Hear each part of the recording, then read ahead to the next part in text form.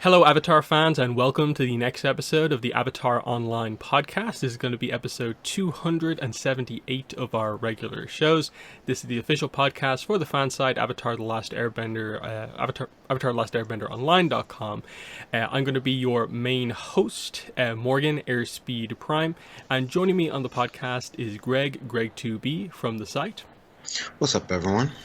Excellent. So on today's show, the big thing we're going to be starting here is this will be the first of three podcast episodes where we will cover the new Avatar novel, The Reckoning of Roku. So this one will be going over the first third of the book. It's basically 360 pages, so we're going to be covering the first 15 chapters, aka the first 120 pages, and we also have a little bit of news to talk about here. So let's get into the news. So the first thing, I guess we'll cover the board game information first. So this is just to highlight that the new upcoming Avatar board game, Avatar Journey of Aang from Bad Crow Games, they are finally going to be launching their crowdfunding campaign on GameFound next week, September 19th. One of the other things you probably have noticed on my channel is, I think like 2 days ago at this point, I put up a pretty big preview video because they got in touch with me and sent me out like a sample copy of the game to talk about, kind of give feedback on. So I'm pretty positive about it if you do go to watch that video. For context, what this is, it's a dice building game where of course you travel across the Avatar map.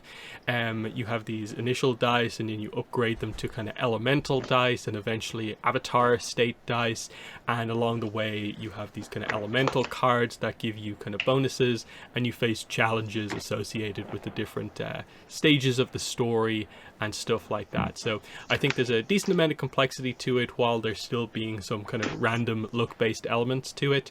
But this is a game that we heard about from the really earliest stages back in like 2022. So it's already gone through quite a few iterations, and obviously it is a crowdfunding campaign, so there's still a little bit to go. They specified that a lot of the stuff that I got was not fully finalized, but getting towards that stage. So it'll be interesting to see how the crowdfunding campaign actually goes. But Greg, do you have any thoughts on Journey of Aang finally, I suppose, approaching release here with the crowdfunding? Yeah, no, this is interesting. Yeah, we have heard for quite a while, so that's why sometimes I forget or get confused with which ones are coming out and which ones are being supported and stuff. But no, I'm glad that it's getting towards the end of its run in terms of actually getting into people's hands, at least hopefully with this final crowdfunding campaign. And it sounds pretty interesting. It sounds like it's pretty interesting compared to some of the other ones that we've gotten from your more, I guess could say, like traditional companies and stuff like that. So I like that it seems like there's a good bit of thought actually put into it, and the pieces and stuff and everything from the have on their site and stuff look pretty good. So it looks like it should be pretty good for people who are into the board games and stuff. Mm-hmm. Next thing is also happening on September 19th. This is a Netflix Geeked Week. Now, of course, technically they've been advertising this the whole time as it's the week of September 16th. But if you go to the website, pretty much everything associated with the week is happening on the 19th. All the other events just seem to be like, there's a trivia thing, there's like a tattoo showcase on other days. The 19th is when they're doing the big kind of live event that's going to be streamed, where they're going to have actors from all the different shows. That's when basically it seems like all of the announcements are actually going to happen. And we've even had on social media some specifiks on the Avatar kind of announcement, where they say that the actor for Sokka and Zuko, so Ian Ousley and Dallas Liu, they're going to be there kind of, I suppose, presenting the Avatar section of this, where they say there's going to be earth-shattering reveals. So obviously we are going into this, and I think it is across the board, everyone is expecting the actress for Toph to be announced, and if it isn't, it's going to be a pretty big letdown, because again, this is happening before they're properly getting into production, like filming on season 2. So it does feel like actor announcements are going to be some of the only things that they can do. So Toph, characters like, I suppose, like Long Feng, King Kuei, Ursa, and a variety of others. Some of the newer ones we heard about, like Bonesaw and some of those new generals.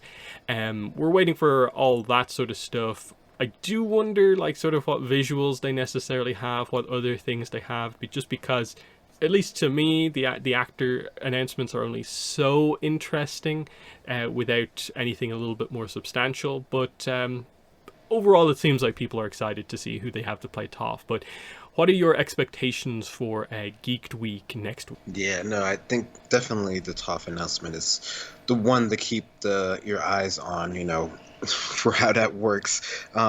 But yeah, I don't know, it is interesting because it is really actors that would be the main things that you would get now in terms of announcements, and I don't know if they would have any sort of like, pre-visualizations or anything like that. Like, would they be more open to showing that now that we've already seen sort of what they've done? And I think for the most part, most people have been pretty happy with what they've shown so far. So maybe getting more of an early sneak peek behind the scenes would be something that would be worth showing now that they're not, so closed behind doors now. But again, like we said, it is very early in the production and everything like that. So they might not even have anything like that done. Like, I'm sure they have like, scripts and stuff like that, at least in the pre-stages and stuff, along those lines. But more than that, I'd be kind of surprised if they really had stuff.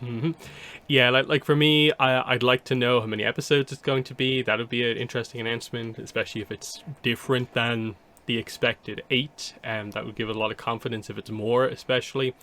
But especially if they do have maybe a lot of actor announcements and they announced like maybe most of the Book 2 cast, that at least would tell us, I suppose, what episodes they're doing based on like what maybe actors are returning and what new ones are back. And that, like, say, I don't think we have direct confirmation, but like, is Jet going to be in Book 2 for his kind of Bossing Say arc? That'd be an interesting kind of reveal. Stuff like that, in combination with just like, other details about specific episodes, like, are they going to announce the actor they have for Guru Patik? That would tell us if they're doing the Guru, that sort of thing. But yeah, that's going to be a pretty big-ish announcement, the first one in a while, happening next week. So we'll cover that on the next podcast when that happens. Otherwise, there really hasn't been any news. We're probably still, we're probably still a couple of weeks away from them announcing New York Comic Con panels. So we're going to be finding out some of the details about, like, okay, are we having Avatar stuff at New York Comic Con or not? So I suppose like it is still about a month away. I think it's October 17th to October 20th. What are your expectations here about a month out from New York Comic Con? What Avatar stuff do you expect to happen? That's a good one. I mean, I don't know, because this, we know that for, the bigger stuff that we're really looking forward to, that's still a ways out. So I wouldn't expect anything like that. And, we've gotten some stuff on the books and other media. So I don't know if there's more in the tank that they're willing to say right now that we really, want to hear. But I mean, I'm sure we'll hear some stuff about, some of the games and stuff that's coming out and maybe some figures and stuff like that. But I'm not sure, at least in terms of the stuff that we really want to hear, how much of that will be, hearing anytime soon. Yeah, it's probably similar to SDCC, where we will be expecting I assume a podcast panel for Braving the Elements and a publishing panel once again. At SDCC, they did say publishing is going to be expanding, but it's unclear if that means like, there's going to be much more announcements at this upcoming panel, or if they do more mean when Avatar Studios properly like kicks off, publishing will have big announcements along with that, and what state are they in to announce a lot of that stuff, because even on publishing, we're in a bit of an odd spot where a lot of them are in this kind of weird kind of transition kind of point where we, at the very least, we'd be expecting the next Avatar comic, because now Bounty Hunter and the Tea Brewer is out. The next Avatar comic, is the next Avatar comic. There's no one that's scheduled to still be released. There's, on the Korra side of things, Mystery of Penkan Island, where it feels like they've already done basically all the preview material for that. So, like, you can't really overly talk about that again. So, almost going in expecting next Avatar and next Korra comic, maybe, but with all the delays on the Korra side of things, who knows? The novel information, unless they have a very early cover reveal, I'm not sure what information there's going to be there. Maybe the cover and the description, that feels like a more early next year kind of announcement. And then the RPG has always been in a weird spot. Maybe that odd Roku deluxe RPG Kickstarter thing that they're going to be doing, maybe that'll get announced. But Yeah. somewhat unclear about what's going to happen there. But I assume the panels will be announced in the next couple of, have more to go on from there. But we'll move into the main topic for the video for the podcast this time out, and that is the first of our 3 discussions on the Reckoning of Roku. So, first of all, of course, before we get into kind of going through it, kind of roughly some quick thoughts on kind of chapter by chapter to a certain degree, we're going to do some general thoughts here because it's a big novel, it's a big piece of content. It is, the most notable piece of content we've had this year, I suppose, outside of Netflix Avatar, but for kind of animation canon, this is it. So we have to talk about this. So I suppose just really general. Overall, what did you think of The Reckoning of Roku, the first Roku novel? Yeah, I think overall, for the most part, I really enjoyed it. I think it feels like it fits for the most part in line with what we've gotten before. We do have a change in author, so there are some things that are going to, stylistically be a bit sort of different, depending on how much you key into things like that. But I think for the most part, it holds, the same sort of level, in terms of the general storytelling, getting the beats across, showing off the bending and sort of his abilities and describing it in, more ways than we normally get from just a purely sort of visual standpoint. So I think for the most part, for me, I think it works for most bits. I think there's, some things that, sort of have me question sort of, things that we thought we knew before, which isn't necessarily a bad thing, of course. And some things have sort of, changed a bit as well. So I think it's interesting to compare the novels with what we've had before and how it sort of, tries to blend it all together and gives more of a fuller picture of what we, thought we knew or we assumed we knew before. So it's definitely something to get to know, I guess more of the details behind, the characters that we've, already kind of known. So it's interesting, especially with a character like Roku, where it's one where, we don't know everything about him. I mean, I think this book pretty much proves that we, there's a lot that we didn't know to his story. But, there's some things that we sort of, wouldn't necessarily have, thought of, I think of, which is what we got in this story here. So it's interesting. Yeah, I think that's an interesting point, because when it was first announced that this was going to be Roku's going to be book 5, there was a bit of a reaction of like, wait, why Roku? Like, of all the avatars, like we that are possible for these books, we already know a lot about him. But you go back and look at 306, the Avatar and the Fire Lord, and it's a very specific. We get like one story in his life and a rapid fire kind of, he did typical Avatar training, here's 10 seconds here, 10 seconds there, he completed his training, and then the Sozin incident happens. And this is going from like him being 16 to 70 over the course of like a handful of minutes, basically, scattered over the course of that episode. There's so much that we don't actually know in that, like, straight away there is a character arc from teenage kind of awkward Roku to confident adult Roku that clearly happens over the course of his training, and that's kind of what the book is here to actually cover. There was, I think this is probably the one where there was maybe a little bit more of a demand for like, hey, why don't we cover him as an adult and maybe tell a story like that? But I think they managed to find a good spot for it here, where it's like right at the start of his arc to take him from being sort of normal Fire Nation noble boy to actually this is what gets him in the mindset to kind of properly be the Avatar kind of going forward. And I think they managed to do something, I think, super interesting with this book. And to me, it more than met my expectations, because I maybe went in not expecting as much, because it's Roku. He's probably going to have more of a simple character arc. But it worked because the book is sort of Roku, but they also, this more than a lot of the other books, has more of a point of view kind of switch with other characters, where Sozin's quite heavily involved here. That adds to it as well, because to a certain degree the Roku era is more defined by sort of Sozin's actions than maybe Roku's actions, and that was a good choice. Plus, Malaya, I think, comes out of this book being a quite super interesting kind of fan favorite character, which that was completely unexpected. No one could have called that that's what they were going to do. So I liked a lot of what we did here in terms of just that.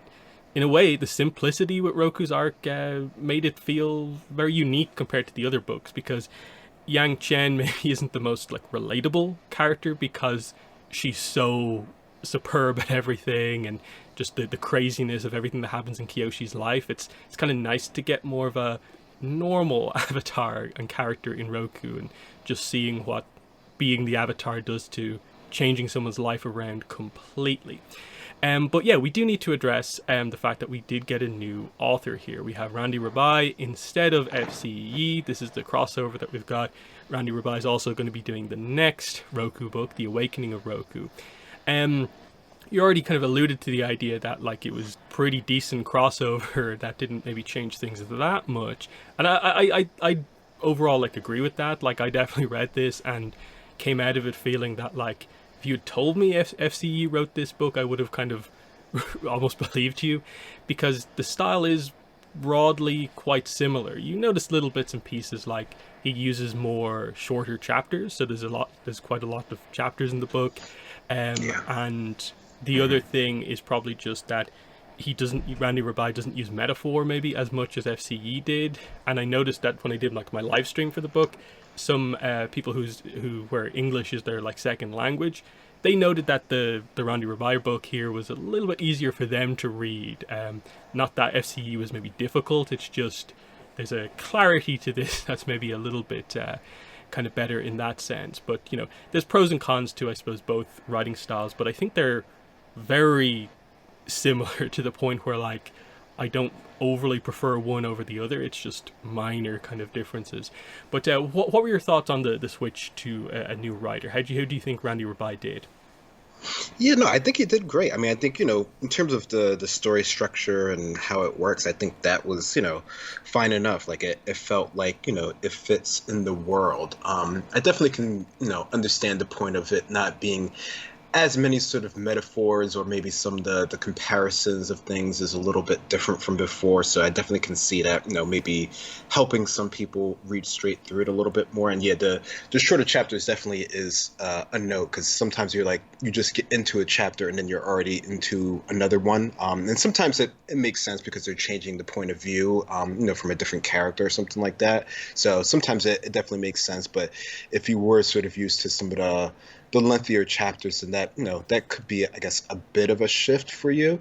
But yeah, I think for the most part, I mean, I think I think they're definitely pretty comparable. I think the only other thing might be maybe some some references to other things that we've known from from the actual show and the animation. I think some of those sort of come across a bit more in this one compared to some of the other stories. Some bad, some good, or some just you notice more than others. But no, I think for the most part, I think it worked for me. I didn't have any like, huge issue with it or anything like that. Like it felt, more or less on the same level as the other one, which, wasn't necessarily, a super high level, type of book regardless. Yeah, the references point is interesting because obviously the Roku era is the closest in the novel so far to the content that we have the most information on, where like we have the RPG prior to the book, plus Roku has a whole episode in ATLA, and ATLA is the era after Roku, plus like Korra obviously. So we haven't really had that with the other ones, where like Yang Chen and Kiyoshi, we went into those completely unknowns, minus very scattered incidents over the course of those characters' lives. So when they referenced things, it was more cross the centuries, cross the eras, whereas this book is more referencing kind of to a certain degree like things that will happen in the next 10, 20 to like 100 years in the future, and it's a little bit more like recent history, which we kind of haven't really had before, which is sort of interesting. But the final point here, just I suppose in general thoughts that I want to bring up, is sort of just like the marketing of the book. I think we mentioned this when we talked about especially Legacy of Yang Chen, but it does feel like they're not promoting these books as much as they probably should. of course, the two of us, we're here on this podcast. I do stuff on my channel. This is a focus for me, and like I said earlier, this is the biggest piece of like mainline Avatar kind of new story content this year.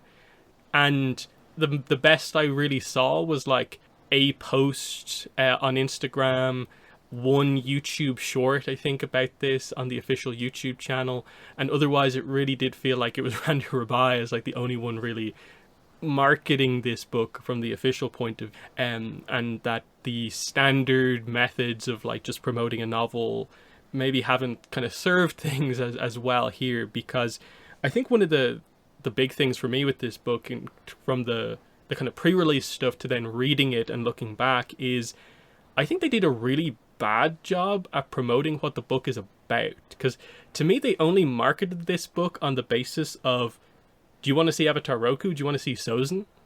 And that's basically it. They just went like, Roku, Sozin, Gyatso, you know these names, you know these characters, they're going to be in this book. And no one ever asked the question of like, and what are they doing? Like, what's the plot? Whereas the plot is actually, I think, really, really interesting. And even the description on the book is almost like misleading, because they're terrified to explain like spoilers past like chapter 3. That the description of the book fully makes you believe it's Fire Nation versus Earth Kingdom politics, when that's more of a backdrop and almost the setup for book 2, rather than what this book is specifically about, which is mystery, unique island separated kind of from time and the history of the Four Nations to a certain degree, and the island is kind of almost the star of the book coming out of it. But what were your thoughts on that? The difference sort of between reading the book compared to the fact that like we covered so much of the kind of preview material on the podcast. Yeah, no, that. Yeah, I mean, I don't know. I mean, I did see, at least a couple, random, social media ads for the book, but, it definitely didn't feel, I don't know, maybe because it's a change in the author, or just because this is like, now the next book that they're doing, that they don't feel the need to do it as much, which I don't know if that's necessarily a good thing. But yeah, I think, definitely once you read the book, it's a lot more interesting than you might have thought. Because I mean, the characters are cool, and those are the ones that we know. So like, Roku is, he's interesting.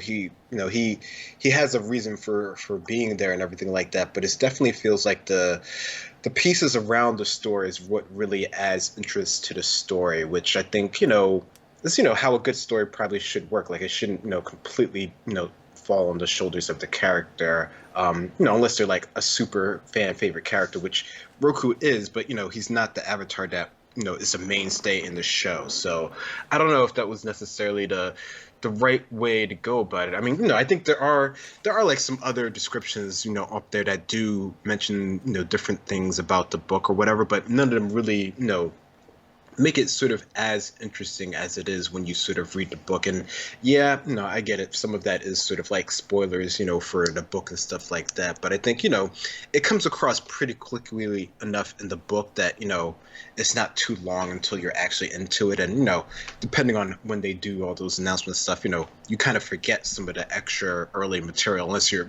like us and we're really sort of paying attention to it. So I don't know. That's the whole thing about, trying to get the stuff out there early and get people interested, but not give too much away. There's like, where's the balance in that or whatever. But yeah, I mean, I don't know. Cause I mean, even, Gyatso's cool. And I think their friendship is really what, is cool to see form in this, but I don't even know if that's like as interesting as some of the other stuff that happens later on in the book. So Gyatso's cool. And like, he has a heartbreaking ending, as we all know. So it's cool to get to see him from, the younger age up upon. But, I don't know if that should be as much of a focus. I mean, he should get a mention regardless because he's still cool. But yeah, I don't know. It's interesting. Yeah, it is just stuff like the chapter that they chose to be the official like preview chapter, sample chapter, which is in this case chapter 2. Whereas to me, I would have been like, no, do chapter 1, because chapter 1 is actually super interesting. Of the first probably like 5-6 chapters of the book, they probably gave us the least interesting chapter, which I thought was a bit of a mistake. I think chapter 4, the first, that I suppose is technically the second Sozin chapter in the book, where the plot properly comes in with the the legend that Sozin is following. That is a hook for the book, like to a kind of crazy degree. That should have been to me the preview chapter, because that presents the idea of like, okay, Sozin's heavily involved. It's not just Roku, because I think everyone goes in a little bit thinking like, teenage Roku, like what's the story here? Like this thing that they apparently skipped over in 306. Whereas with Sozin, kind of everything about his life is kind of interesting. And then this is a way to bring Roku in on a mission early on, which is the plot of the book. But yeah, with all that stuff out of the way, I suppose let's kind of get to actually going through the book.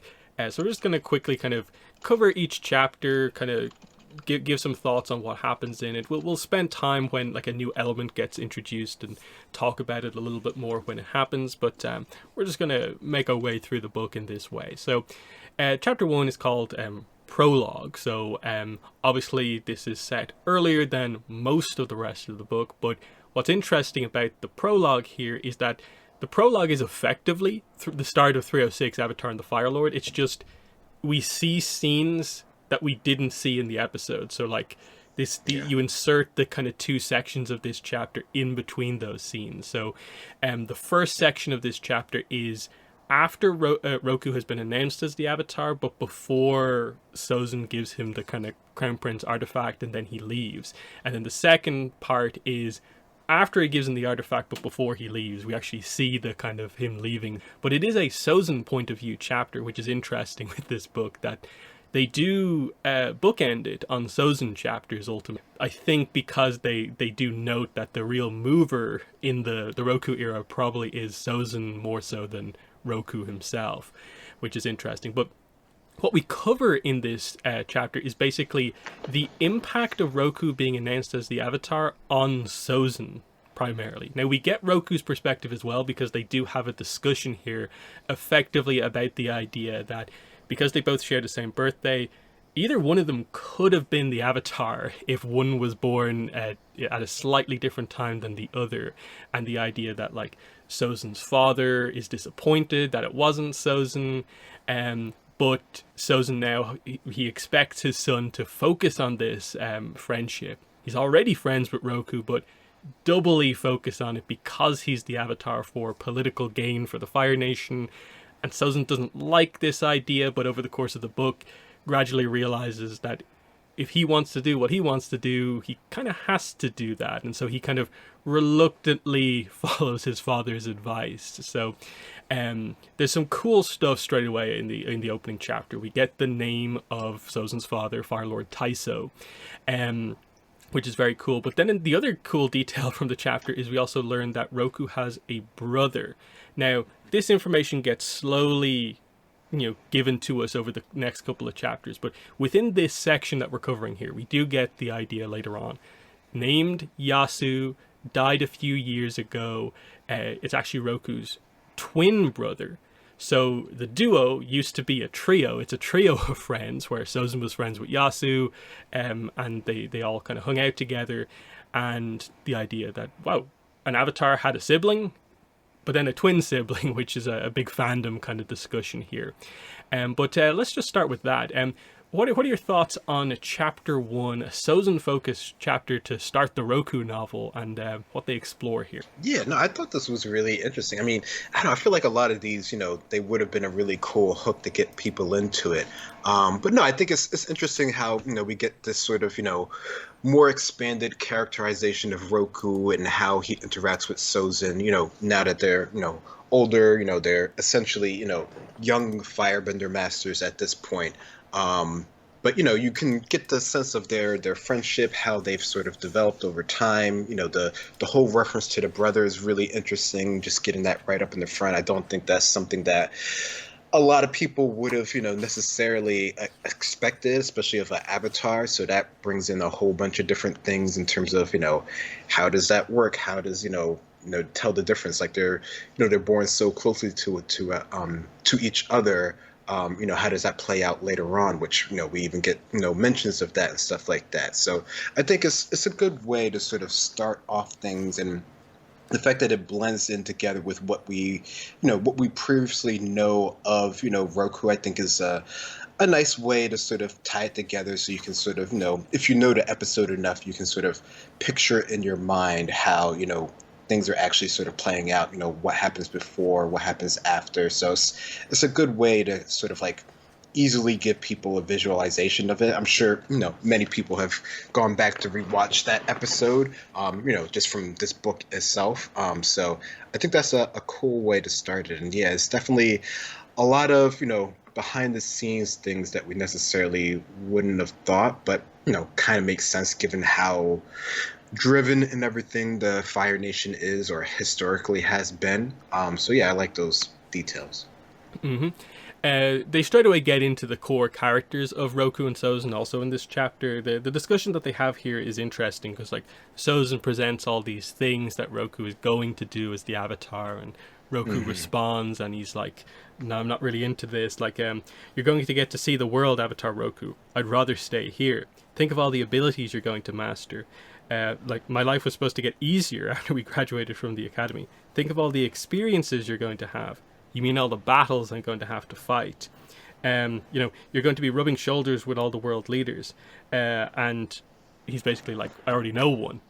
So he's just like, he wants a simple life. Like, this is in another kind of slight Aang version of like, I just wanted a normal life. And you get to see that even waiting until 16, you kind of cause some problems in certain cases. Some of them are in a position where they're completely ready for it. But someone like Roku here, who, as we already get the idea here, is not super confident. We see that here, plus in the episode.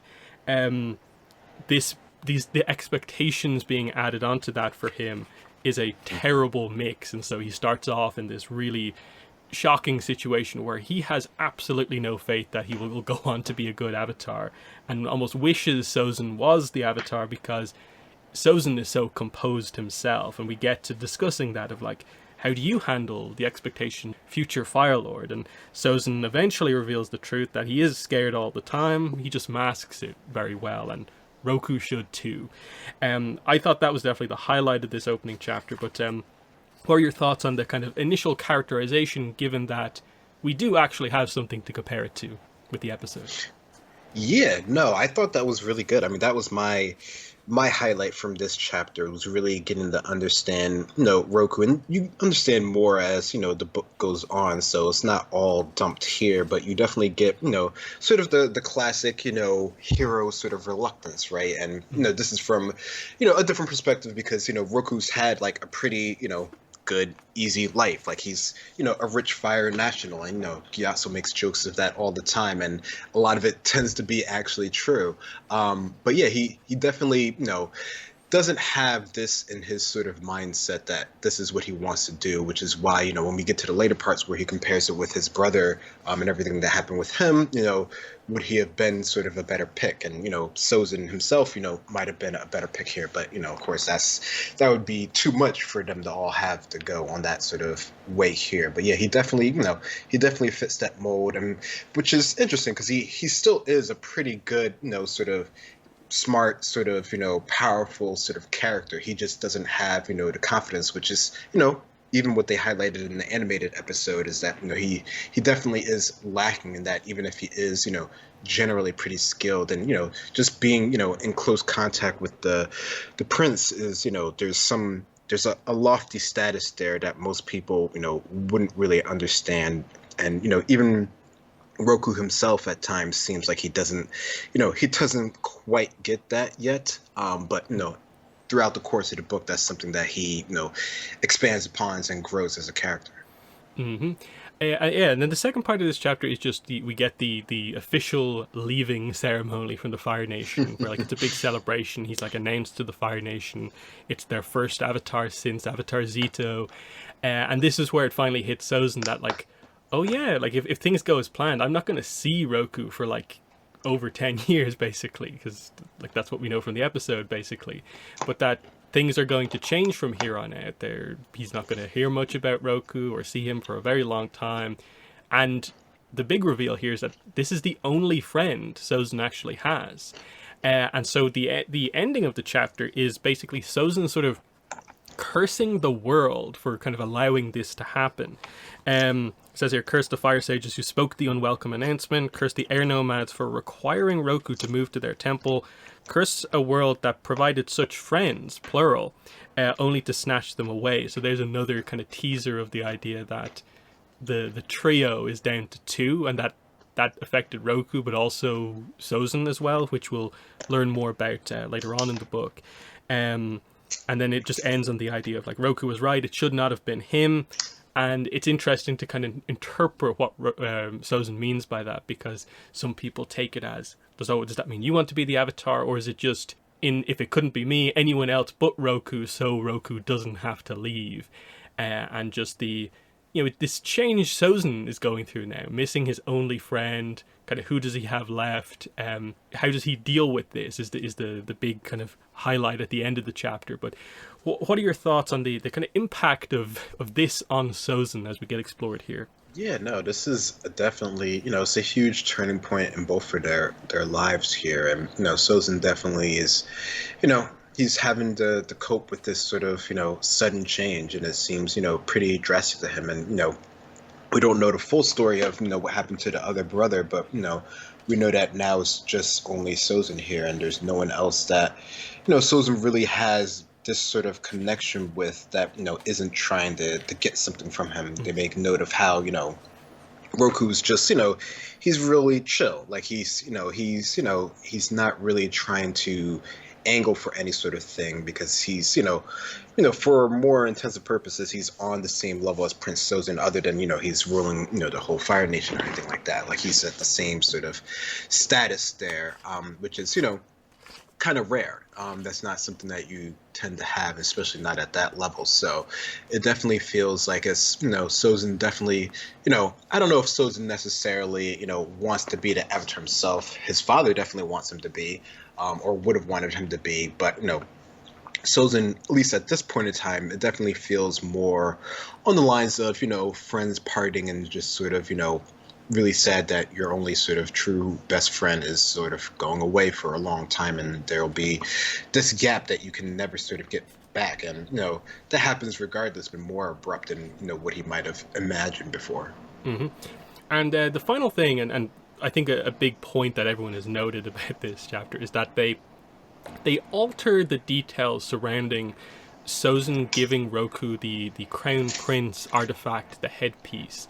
They, instead of it being, as we sort of maybe interpret from the episode, like, oh, because they're friends, Sozin just decided to give this to him.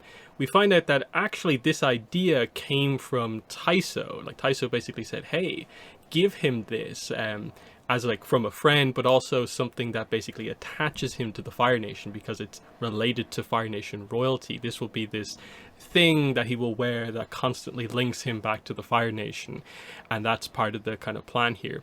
They do describe that like Sozin doesn't feel great about this, but kind of does it anyway, because I guess it's still a gesture. Roku doesn't end up knowing that this is actually the case, so it's more of just a background detail that I think mainly is meant to add just a bit of character to Taiso more so than kind of Sozin. The idea that we know that like at this point in this era, we're not quite in the Fire Lords are evil territory. We've been leaning towards that direction since the Kyoshi era, because that was the whole plan that Zoryu kind of had at the end, was to kind of build up to this idea, make the Fire Lords more ruthless.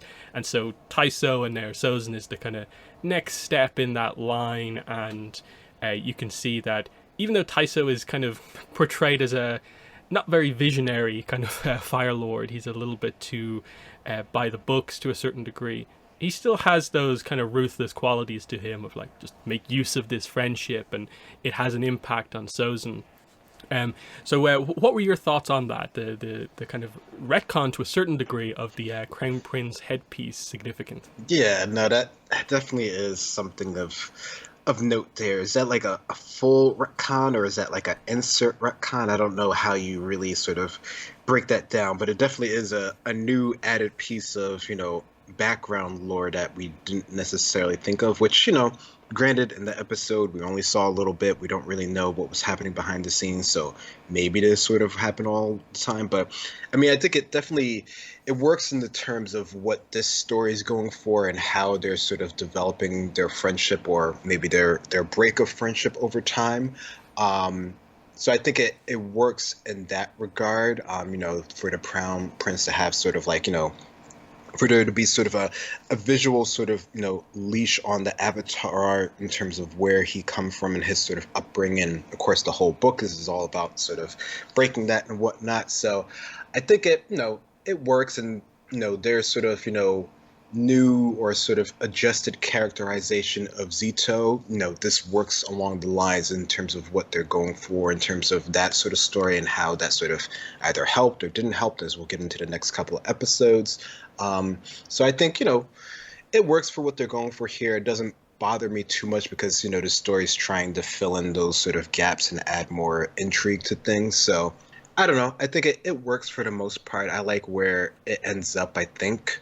But, there's some times where it can be hit or miss. I can feel, and I can see how some people might not be sort of as forward with that as they try to make it for in the story. We should also mention that like Princess Zaysan is referenced in this opening chapter as well. She gets referenced a few times over the course of the book, but she's not really like a proper character necessarily in it.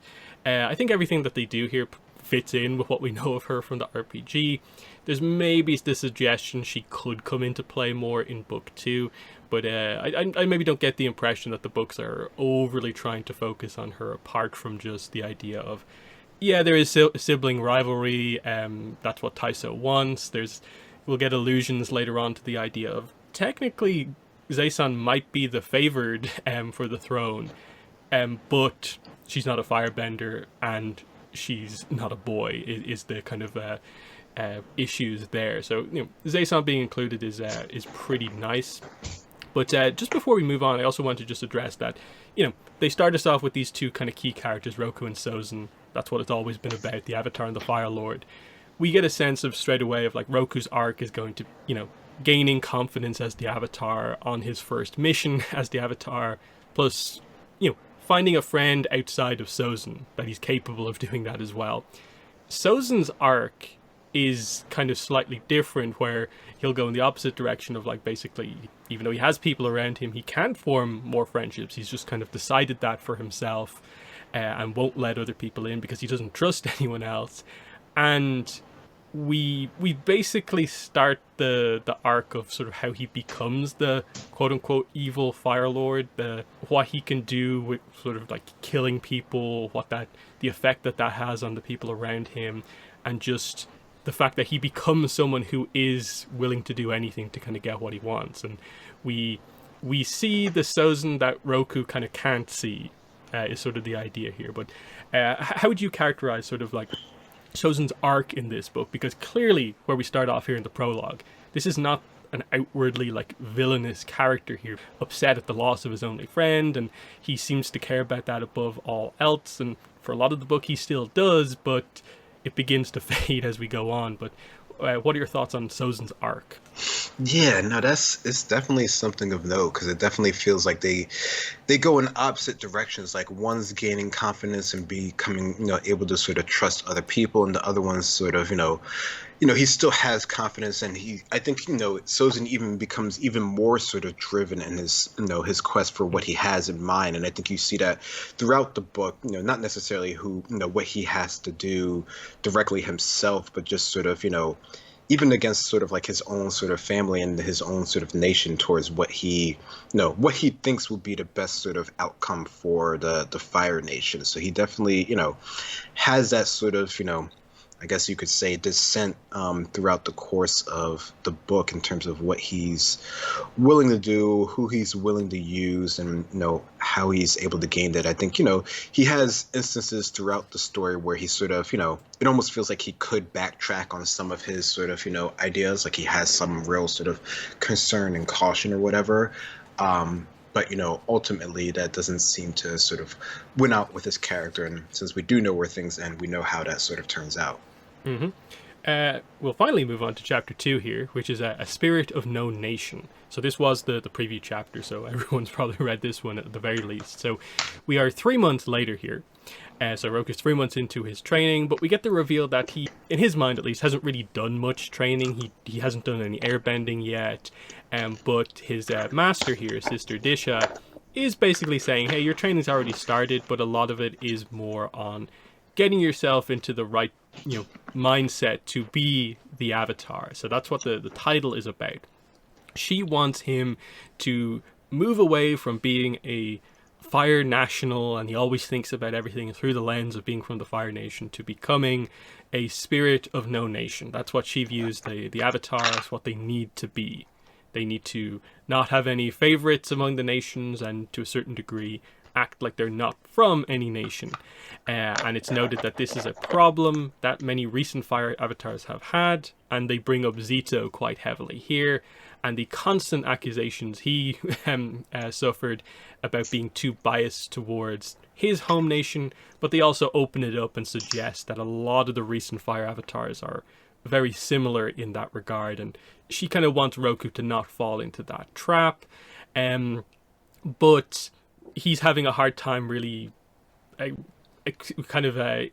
trying to think about what that means to separate himself from the fact that he's from the Fire Nation, because, well, he is, and the fact that he's the Avatar doesn't change that, and that's what he needs to kind of learn here.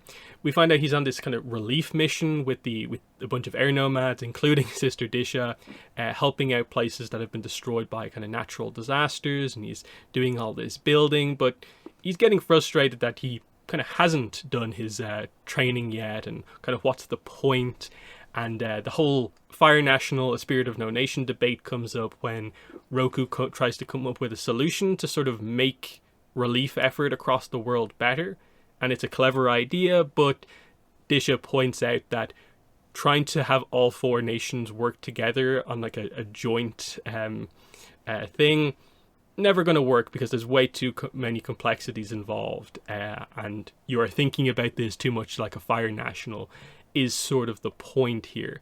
And then we end with a bit of an interesting teaser of like, so what do I need to do, he asks, and Disha just goes into the water to swim, tells Roku to also go for a swim, but he doesn't want to, because he basically kind of has a fear of the open water because of something that happened in the past, and sort of the idea that he is not free like an airbender, and that's sort of part of his problem right now, is he needs to move past this sort of stuff. It is an interesting chapter, but as maybe the main preview chapter, it's maybe not the most ideal one, but there is still some very good stuff in this. I like the start of the big theme for his character, Spirit of No Nation, and we'll address the solution to this in like a few chapters time as well. And Gyatso is also kind of roughly alluded to in this chapter, kind of in the background, but he doesn't really come into play just yet. But what are your thoughts on this chapter, the introduction of Sister Disha, and kind of more of a sense specifically for what arc we're going for? Yeah, no, I think the arc that they describe here, his understanding of who he is as a character, as a person, as a Fire Nation national, it gives him a lot of things to think about, because he's pretty old at this point. Like, he's pretty, he's not super set in his ways, and he can still adapt and change. So he's not too old yet. But it's definitely something that he has to work on. It doesn't come natural. And I think, I guess it's not sort of so surprising that, Fire, Nation avatars have, such a tight, sort of sense of their national sort of pride and their community, that it would be, a bit harder for them than most to maybe sort of, disattach from sort of their sort of upbringings, depending on, what their exact sort of upbringings are. And especially for, Roku, who, from as far as we can tell, has had a pretty sort of normal, sort of elevated lifestyle. It might be even harder to sort of detach from that, and which is the whole reason why, of course, they're on this sort of relief mission, so that he can understand the world better. So I think it is a good, as like being part of the Air Nation and sort of their idea of doing relief missions. That's a really good, sort of thing to sort of have him on, so he can actually sort of see the world without even, going to all the other sort of nations, which is sort of, what you would traditionally think would happen, right? Like that they go to the other ones and they get to see a different point of view.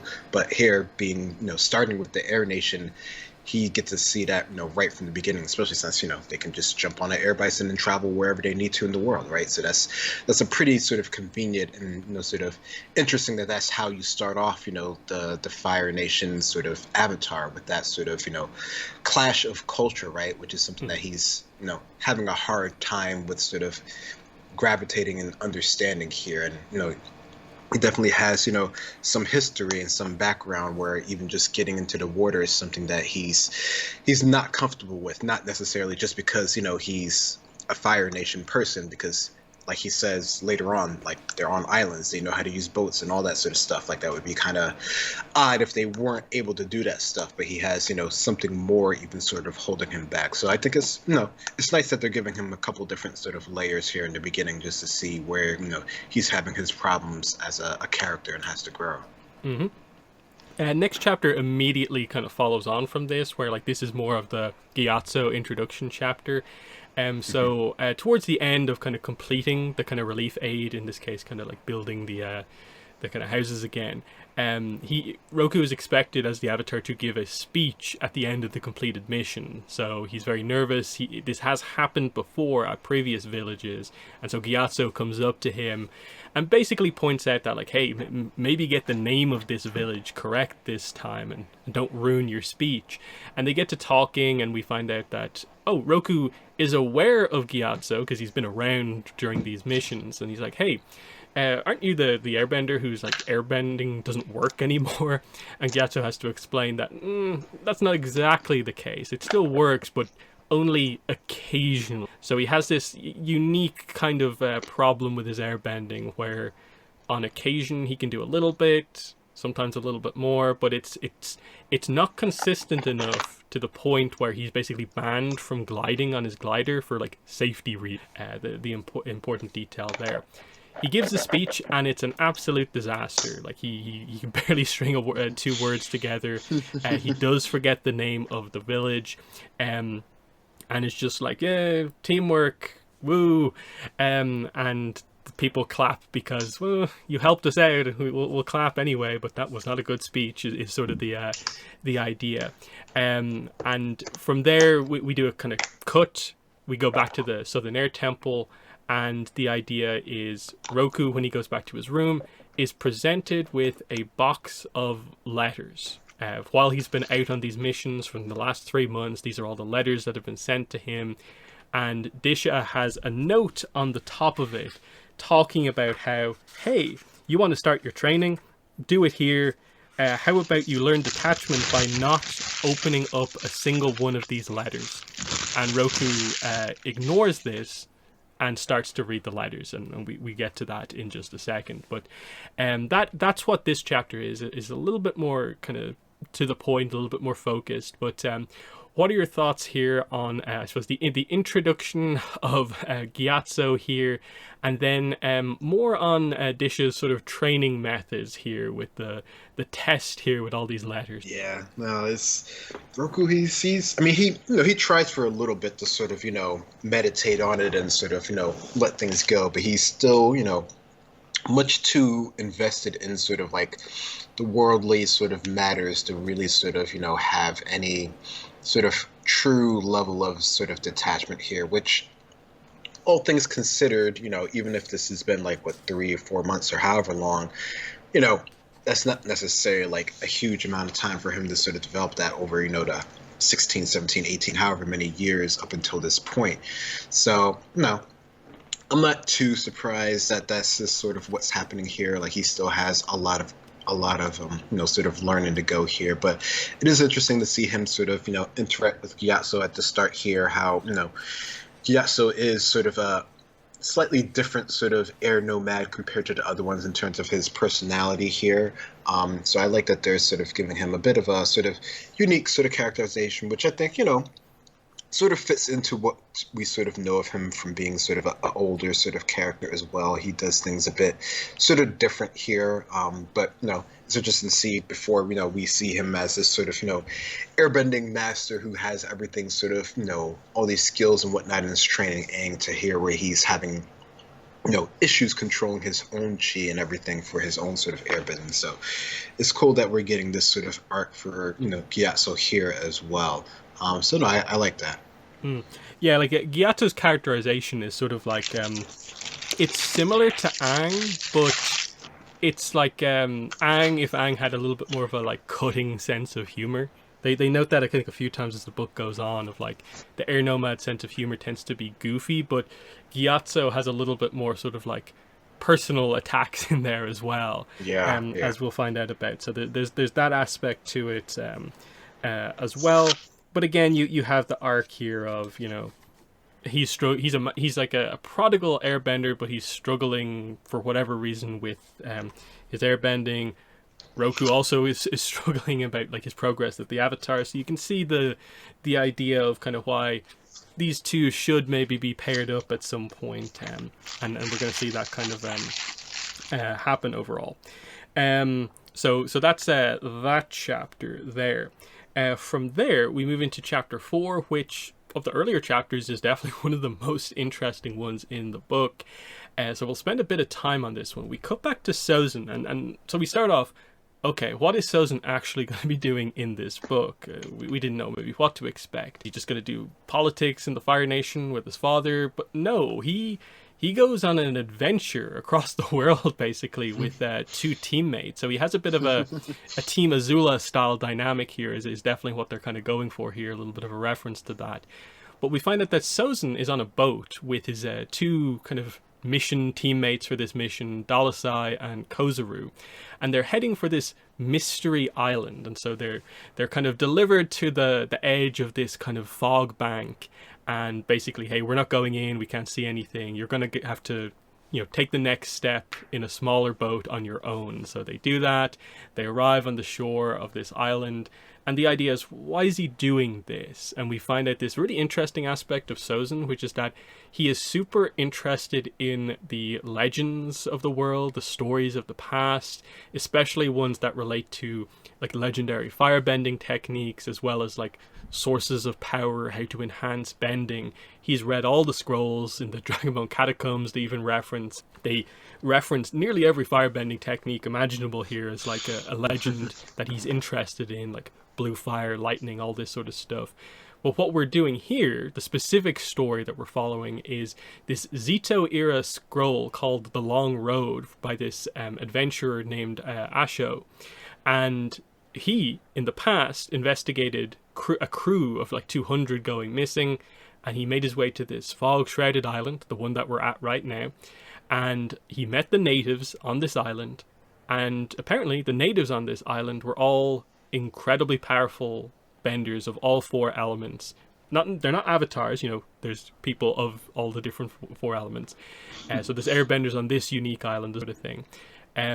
They are like hundreds of times more powerful than your standard bender. And apparently they were able to teach Asho how to enhance his own firebending. And he did this before he was like basically chased away from the island.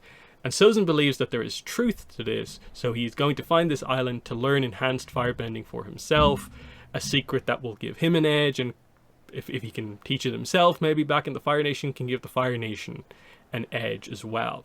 So straight away, I think that's just a super interesting concept. It's just this unique thing of, okay, Sozin the scholar, Sozin the adventurer, that he's following these almost fool's errands, but he believes in them. Whereas, as we get the idea over the course of the chapter, his father doesn't. His father thinks these are just like he's an idiot for going on these missions because they're just stories. Why do you believe them? But Sozin thinks his father lacks kind of ambition, vision that he seems to have, because if any of these things are true, he's going to get this amazing reward at the end that will help him in the future.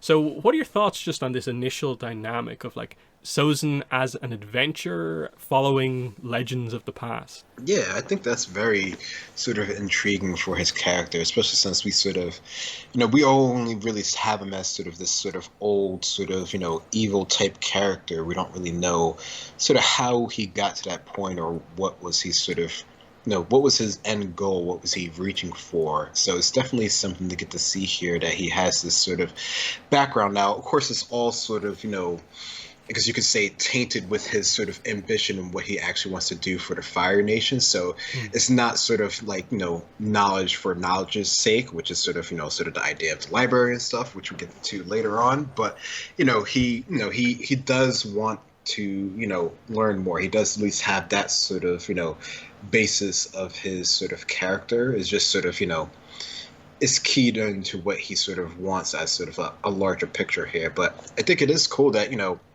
he's going on this mission. He's undercover. He has this sort of crew with him. So, it's a nice idea to get to see this sort of, another, Team Azula-esque type group, just a group of friends, or group of companions, we'll say, not necessarily friends, working towards, some sort of goal here. So, that's always cool. I mean, that's sort of like, the idea of Avatar in general, right? Like, just to have, our characters, good or bad, go on, some sort of journey for some sort of reason here. So it definitely fits the mold, and, we don't see Roku necessarily doing that quite yet in the story. So it's good to see that from some other angle. Mm-hmm. So yeah, I suppose we'll talk about the characters that are introduced here. So his teammates Dalasai and Kozuru. Kozuru is the more kind of simple one to explain, because they just explain that they don't give her an age, but I get the impression she's a bit older than them at the very least, maybe not quite a teen. But she is, as we find out later, was like raised by like bandits and thieves. And she's like an expert at like Agni Kais, and has defeated some quite high up people in the Fire Nation. That's how she has come to Sozin's attention, as a bit of a kind of brute-like firebender who is very powerful and strong, but maybe not the most intelligent character. And then the reverse of that is Dalasai, who she is extremely intelligent. She's a non-bender. She uses a rope dart. And as a connection back to the first chapter, this is revealed to be the character who was with Zaysan, her tutor, and it's revealed that now Dalasai is Zaysan's ex-girlfriend. So that's an interesting dynamic there. But she is intelligent, she's into science and that sort of thing, so I guess he has brought her along. Hey, maybe you can analyze whatever power is here on this island and help me out that way. And the other reason the island is important, she'll be quite important as well for.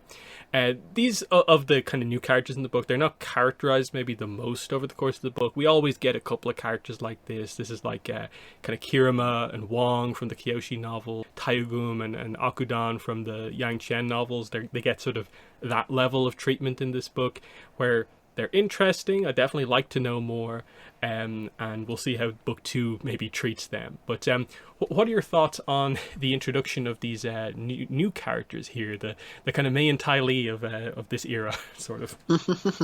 Yeah, no, that's a good comparison point. I don't think they're not quite at that level, but they've only just been introduced here. But I think in terms of them having their sort of characterization here, seeing how they're related to the prince and the Fire Nation in general, I think it's it's intriguing. It fits in line with what we sort of have in mind for some of our characters, one smart, one more powerful, brute-like. So, it fits the sort of, classic sort of dynamic here. And I think, there are some interesting things that do happen with them as we get to the story later on, that make them a bit more sort of interesting. But, they are sort of just sort of added here to sort of round out this sort of trio here, but they do provide some interest. I think, Dalasai is probably, like we've said, the more interesting one, especially with later on what happens with her character and even some of the history with the back. So that would be interesting if there is more, interaction with like her and, the, sort of the Fire Nation family and stuff like that. So yeah.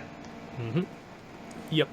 So, we'll get little bits and pieces as we go on. I suppose the main dynamic here is just that Sozin, even though he spends a lot of time on the journey with them, will never consider them friends and never truly trusts them. And they even note that with like the Pai Sho game he has initially at the start, that because Dalasai, he can tell, starts to let him win, she goes down in his estimation because she's done that. Because he's like, oh, you're not like using your intelligence to maximum. That's what I would do.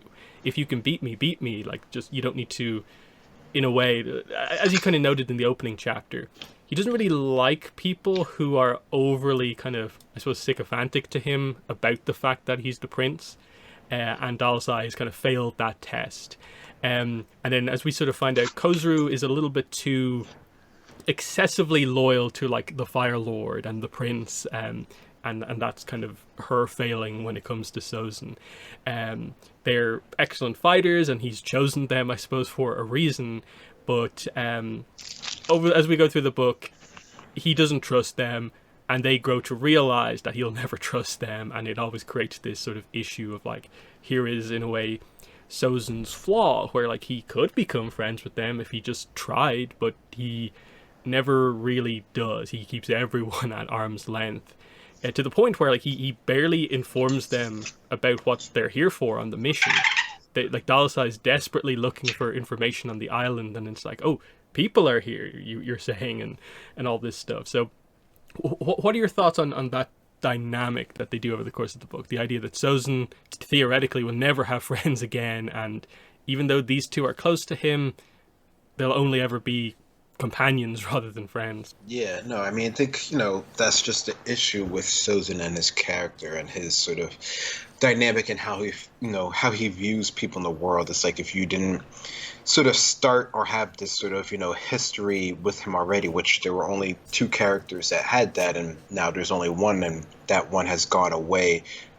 He really doesn't have, he seems to have a hard time sort of making connection. And, part of that is just his position, which is understandable. But even beyond that, he just doesn't really have that sort of mindset, which, might not just be, something that the Fire Nation, leaders, Fire Lords have just sort of, devoted into their sort of offspring until, the chain gets sort of broken. Which is sort of the whole thing of their history and stuff. So it's interesting to see that from this perspective here, where this is sort of, one of the sort of high points in that sort of chain of events that sort of started from sort of, before in history. Yeah. The kind of evil line of Fire Lords, they have no friends, because this is even the kind of trait associated with like Ozai, like what Ursa says to him of just like, you don't care about anyone, even like your family. And like that makes you weak. You don't realize the kind of error of that. But the second half of this chapter, so they arrive on the island, and they know like the fog is not just on the outside of the island, like it's across the land of the island as well. The whole island is fully cloaked in fog, except it does go away at nighttime. It gets sort of noted. But they wake up. There is the arrival of two Earthbender scouts. And Sozin is really eager at this opportunity to fight, because he thinks he's going up against enhanced Earthbenders, because that's everything he's heard about the island, is that the natives here are super powerful, and he's eager to see this. So he faces one of them one-on-one, and then Dalasai and Kozuru face the other. And the result of these fights is that Kozuru kills the other Earthbender. That happens sort of like off screen. His body gets dragged on away, as we see at the end. Sozin ends up being forced into a situation where he gets himself into a bad state and has to powerfully firebend to break free of a kind of bear hug style move, and he kills this other Earthbender. So this is revealed to be the first time he has ever killed someone, and he's a bit shaken by this. He quickly gets over it, mainly because he notices the effect that this has on Dalasai and Kozuru when they realize he has killed, where Dalasai is very she's more fearful around him, whereas Kozuru now respects him all the more. He goes from being, oh well, he's the prince, I should respect him, to being, oh, he's the prince who can hold his own and he can fight kind of just as well as I can. And the respect that sort of comes to a certain degree in different ways from killing, this is what he will take from this, rather than, I would prefer to not do this as much as possible, which, as we'll get, because this is kind of a theme across the book, is the various main characters and how they deal with the idea of are you okay with killing people? And Roku, Malaya, they'll all have different takes on it. But this is the start with Sozin, and it's very interesting to see how he deals with this, because it's full on self defense. Like you can't criticize Sozin for like what happens here, but it's just where he goes with it is I think the problem. But what are your thoughts on this? We get the action here against these Earthbenders, and yeah, Sozin has to kill an Earthbender here. Yeah, he definitely, his perspective on this and how it sort of changed him and how it sort of gained some respect with his two, closest companions right now, at least, is definitely something to take away from here, and how, he can view this later on in his sort of dealings and interactions with people, and, just sort of how far he's willing to go to do things, which is something that they sort of take note here. And yeah, I mean, I think, he definitely went into this with the mindset of testing himself. Like you said, like he thought these were the enhanced sort of benders, and of course he figures out that that's not what these are. But, with that all in mind, he still, wants to go up. He's, willing to get his hands sort of dirty, which, we already sort of understood that. I mean, he's going on this sort of, secret mission using, not his real name. So like he's willing to go to these sort of lengths here, and this just more sort of cements that sort of idea in his head, in his mind, that he can do this. Like, he's mentioned before that, like, he's not necessarily super confident in everything that he's doing, but he's able to sort of fake it to a moment. So this is another, moment where he sort of, thinks he's sort of faking it, but he really does sort of make it here, and he, understands how things can work going forward. Mm-hmm. And so, yeah, in the aftermath of this, they quickly realize that these are definitely not natives. They're Earth Kingdom soldiers to a certain degree, wearing like older style Earth Kingdom armor. And then just before one of them dies, they do say like, we're from the kingdom. They don't get the full details out, but it's like they're associated with the Earth Kingdom rather than this kind of unaffiliated island. And so Sozin realizes, I should probably not cause an international incident here, like a war directly. So I'm going to retreat. And he realizes, okay, unfortunately, my father is going to have to be correct about one thing. I am going to have to use Roku to my advantage, and so he's going to use Roku to do whatever he wants to do on the island here. So you can see the kind of political maneuvering here of Sozin. He kind of knows what to do, whereas, as we'll see in the coming chapters, Roku is going to go into this political situation very like, I hope I can make this work, and he also doesn't know what to do, but Sozin's a bit more confident. So yeah, this is the kind of political situation, like in a way presented like on the back of the book.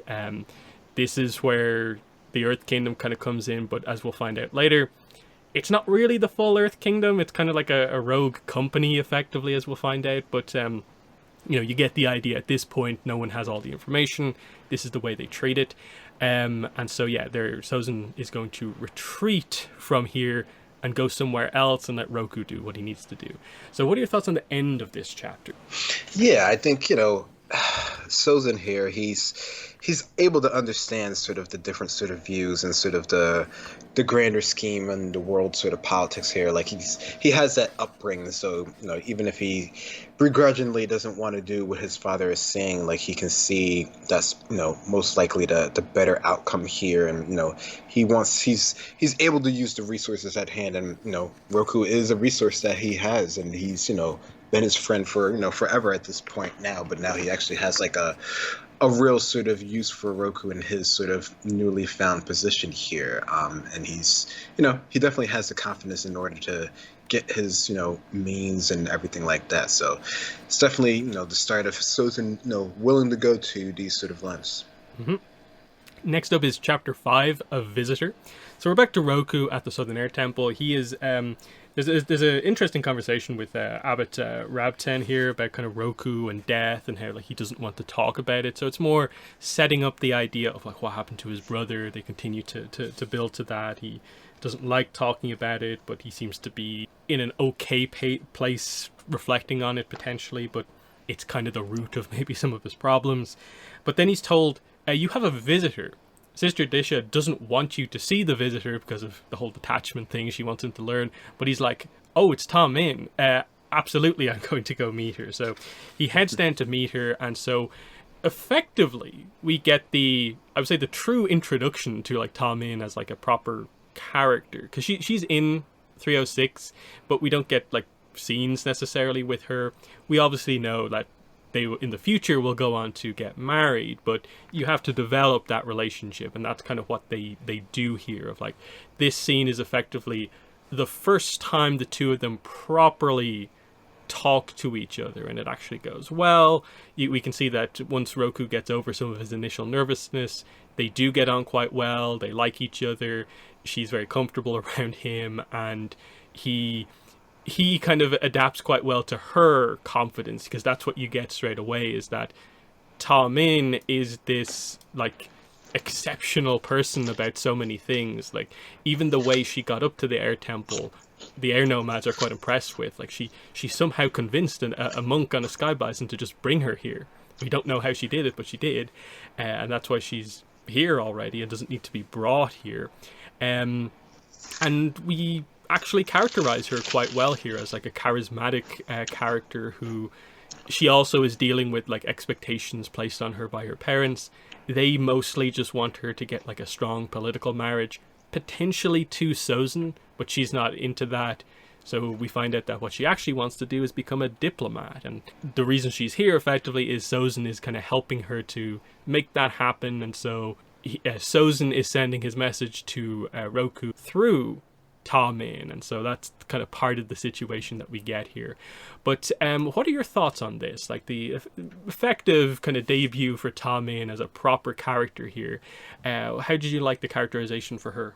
No, I think her characterization here went pretty well. I think, you can see the connection that the two have. You can see where things are lead. You can see how, like, her sort of, already sort of choice and, hopeful profession sort of, works perfectly in line with the Avatar. So there's already that sort of lead in for them, potentially being, good with each other. And, we do know how things end up. So, it's sometimes it's a bit weird because where, things are going to head. But I think, for the most part, it's a nice setup for them, getting to, talk with each other a bit sort of more here.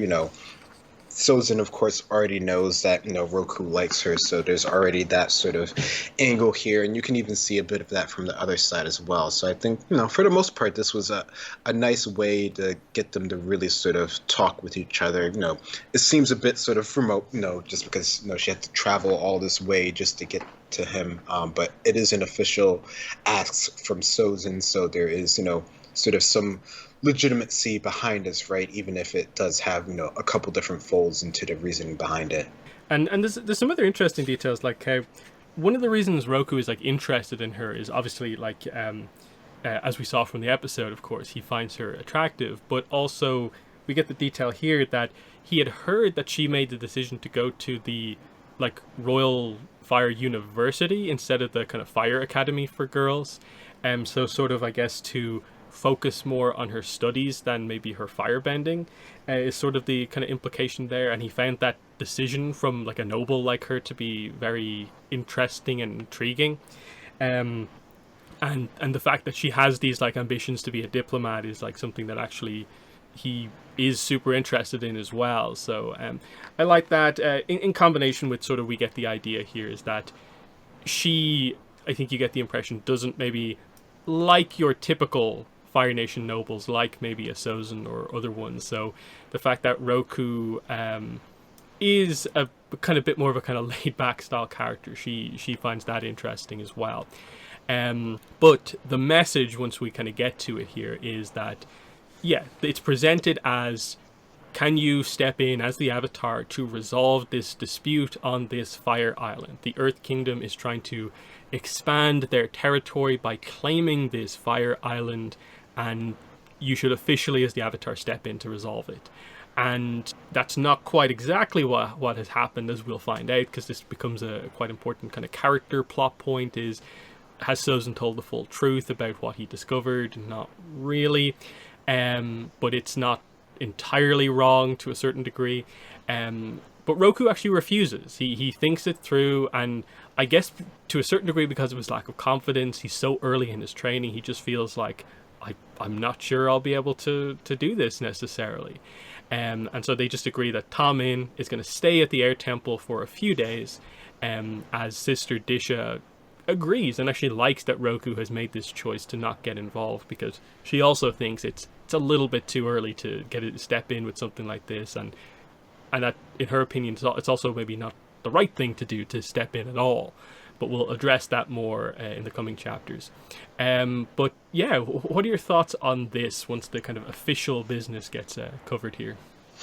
Yeah, this is definitely sort of the interesting bit where we get sort of his reasoning behind this, and maybe part of it is confidence, but I think he is sort of he's trying his idea of detachment here, and sort of where he is in his training and his sort of place in sort of the world sort of scheme of things. And this is very sort of early on in his career. Like, he doesn't necessarily have all of the sort of angles and thoughts here. Now, he isn't completely without sort of any sort of issues here, because he does have sort of the idea of the angle of when he might step into this sort of situation.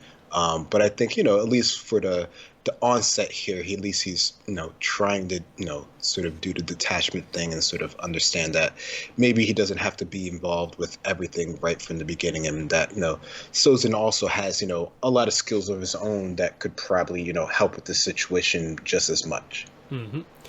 Yep. Next chapter, chapter 6, continues on from this. So it is a few days later. So we find out that Tamin has effectively, in just a few days, basically become an honorary air nomad. Like, everyone loves her. She's a part of the culture. She's adapted so much better than Roku has to it, and he's been here longer.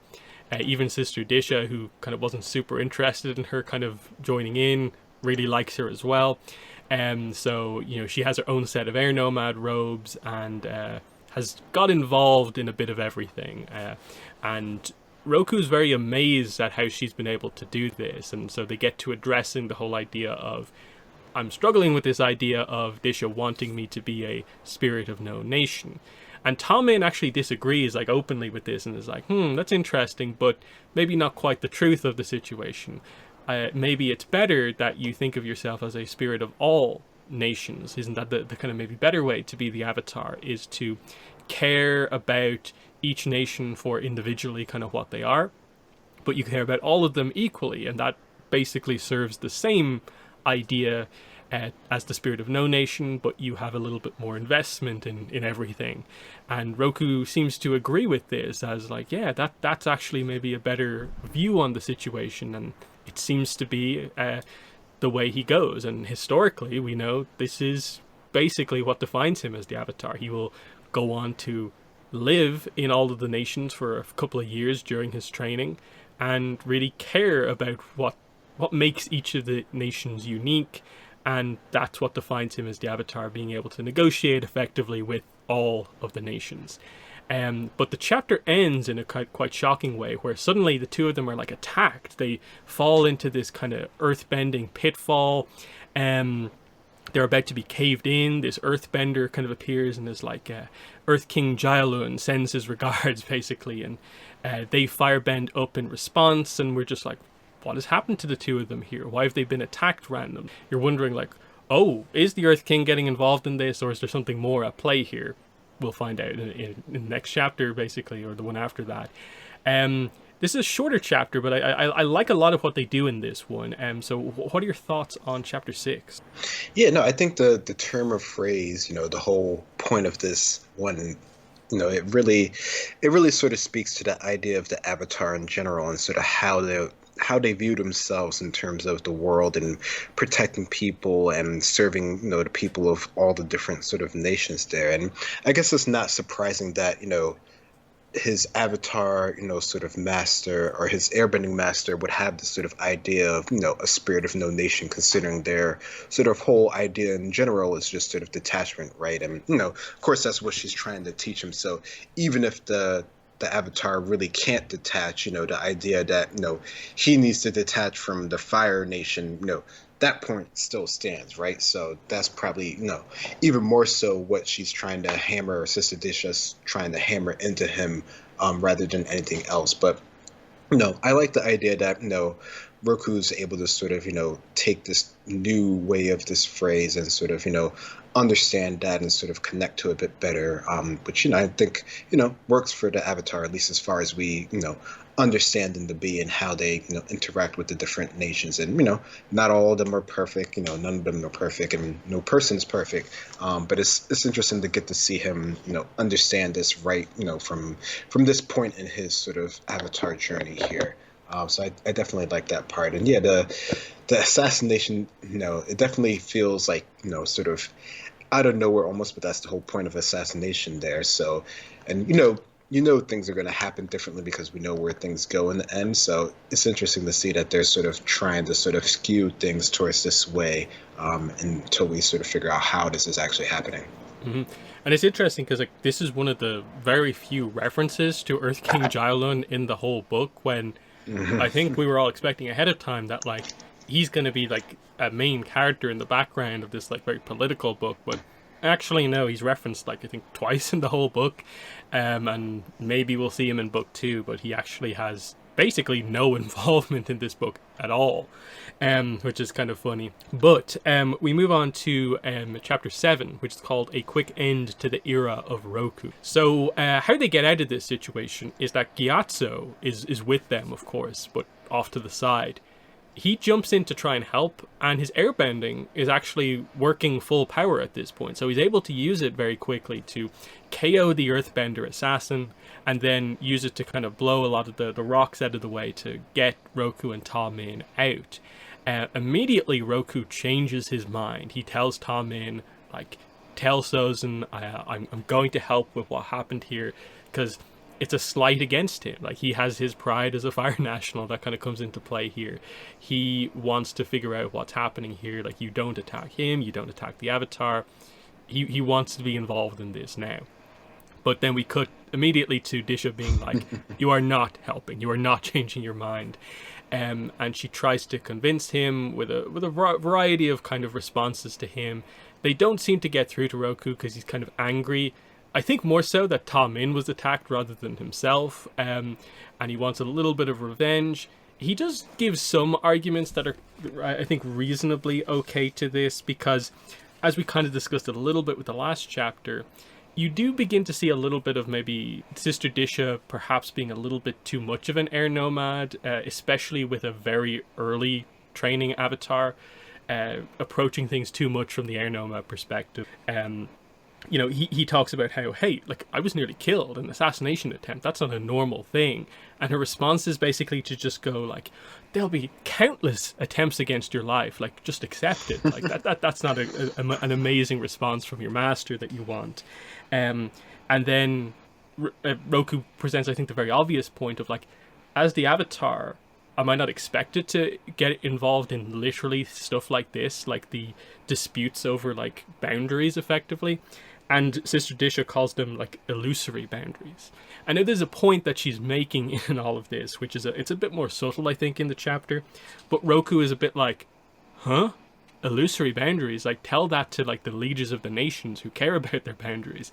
That, like, it's not an ideal counterpoint to what he kind of wants to do.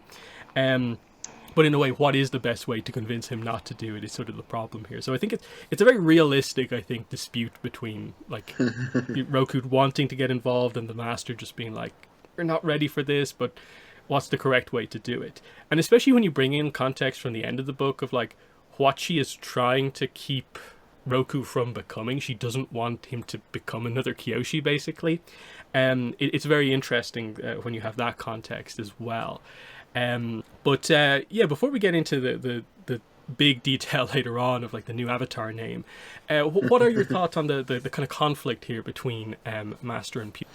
Yeah, I think, like you said, it is sort of a classic one here. And I don't know. I think, maybe Sister Disha could have, sort of angled this a bit sort of differently to really sort of, at least attempt to win, Roku over in this, like, saying that she'll investigate it or something, or she'll have someone else investigate it or whatever. But she's really, she's focused on a couple different angles here, like you mentioned, of her, of him not becoming like Ying Chen, of him not being sort of like Zito or the other previous fire avatars. So she's, maybe she's going a bit too sort of hard, like you're saying, at her sort of point of view of things, which every person, every character has their own sort of bias here, and none of them are perfect, even, the so-called masters here. So it definitely might be, something where she's not necessarily seeing the full picture from Roku's point of view here, because, he was just attacked. Maybe it's because Tommen was with him, or maybe it's just because he was attacked himself directly. And he knows, or he thinks he knows, who tried to take him out.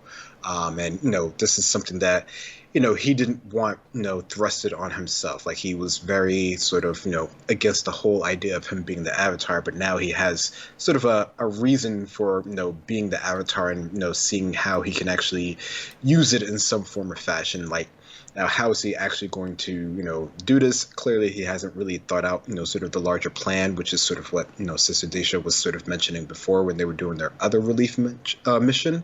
But, he's one track focus at this point in time, which is, understandable considering what just happened. Mm-hmm. As she gives the final kind of point of her kind of statement of like why you shouldn't go to Roku, the book notes that she is standing in front of the statue of Avatar Zalir, who is described as the statue is towards the back of the sanctuary. It says here, she was a short-haired, athletically built woman in a sleeveless tunic and a patterned tolge, a type of hand-woven wraparound skirt that was worn in the days before the Fire Nation, when the archipelago was a loose collection of small clans scattered throughout the Fire Islands. So of course, every time one of these books comes out, one of the first things I'm always asked is, hey, any new avatars named? And the answer is yes, we get Avatar Zalir. And initially there was a big debate about like what are they trying to say here? Like where is this avatar? Because the obvious thing from the way that these books have done is that you would assume, well, I guess this is the name of the avatar, the fire avatar before Zeta. But they describe that, okay, she's wearing this different clothing, and they're referring to like fire islands and stuff like that, and also her statue's towards the back of the room, which if you look at the layout of that Air Temple Sanctuary, would mean she's like way back in the line, like 40 avatars ago or something like that.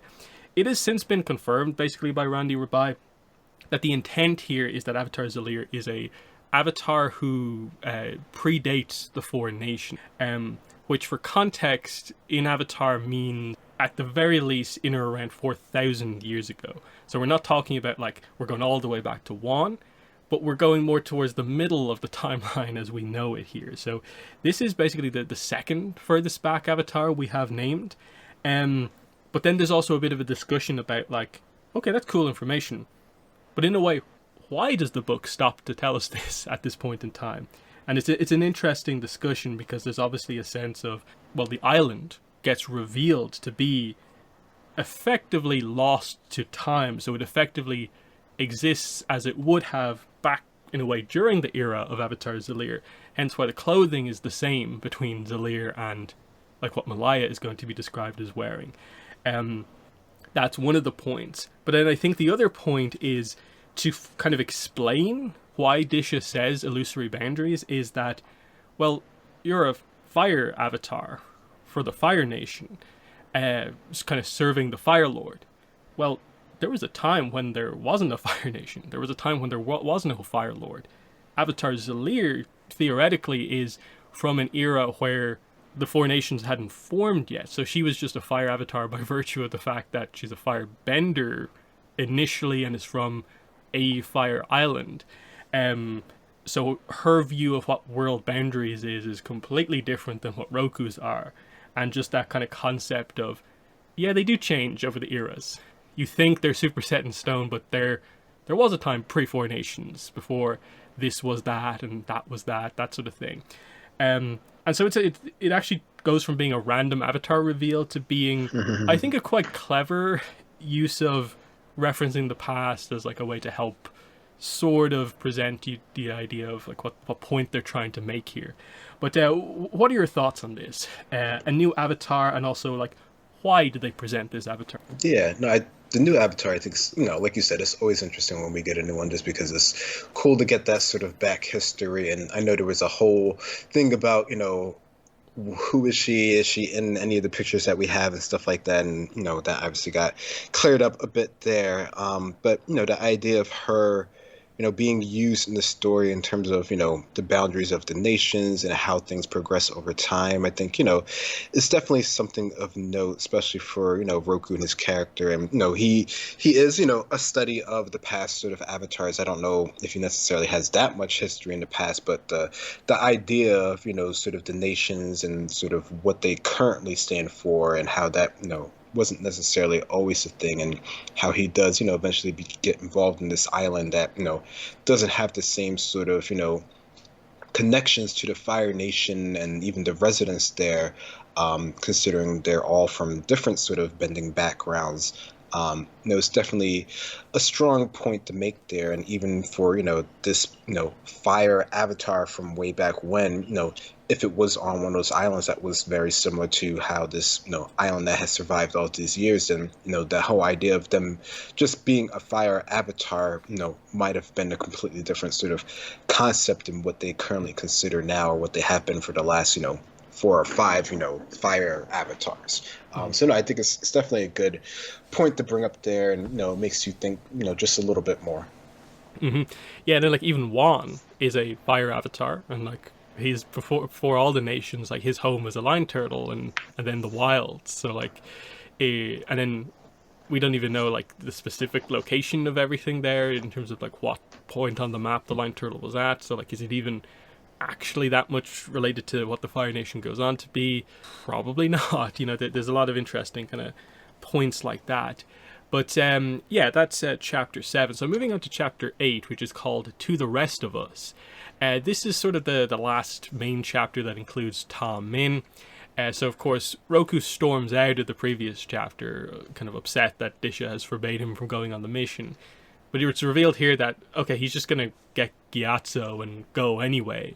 They're going to take Gyatso's bison Lola and head off. But at the same time, they also have to say goodbye to Ta Min, who's going to go back to the Fire Nation and report to Sozin.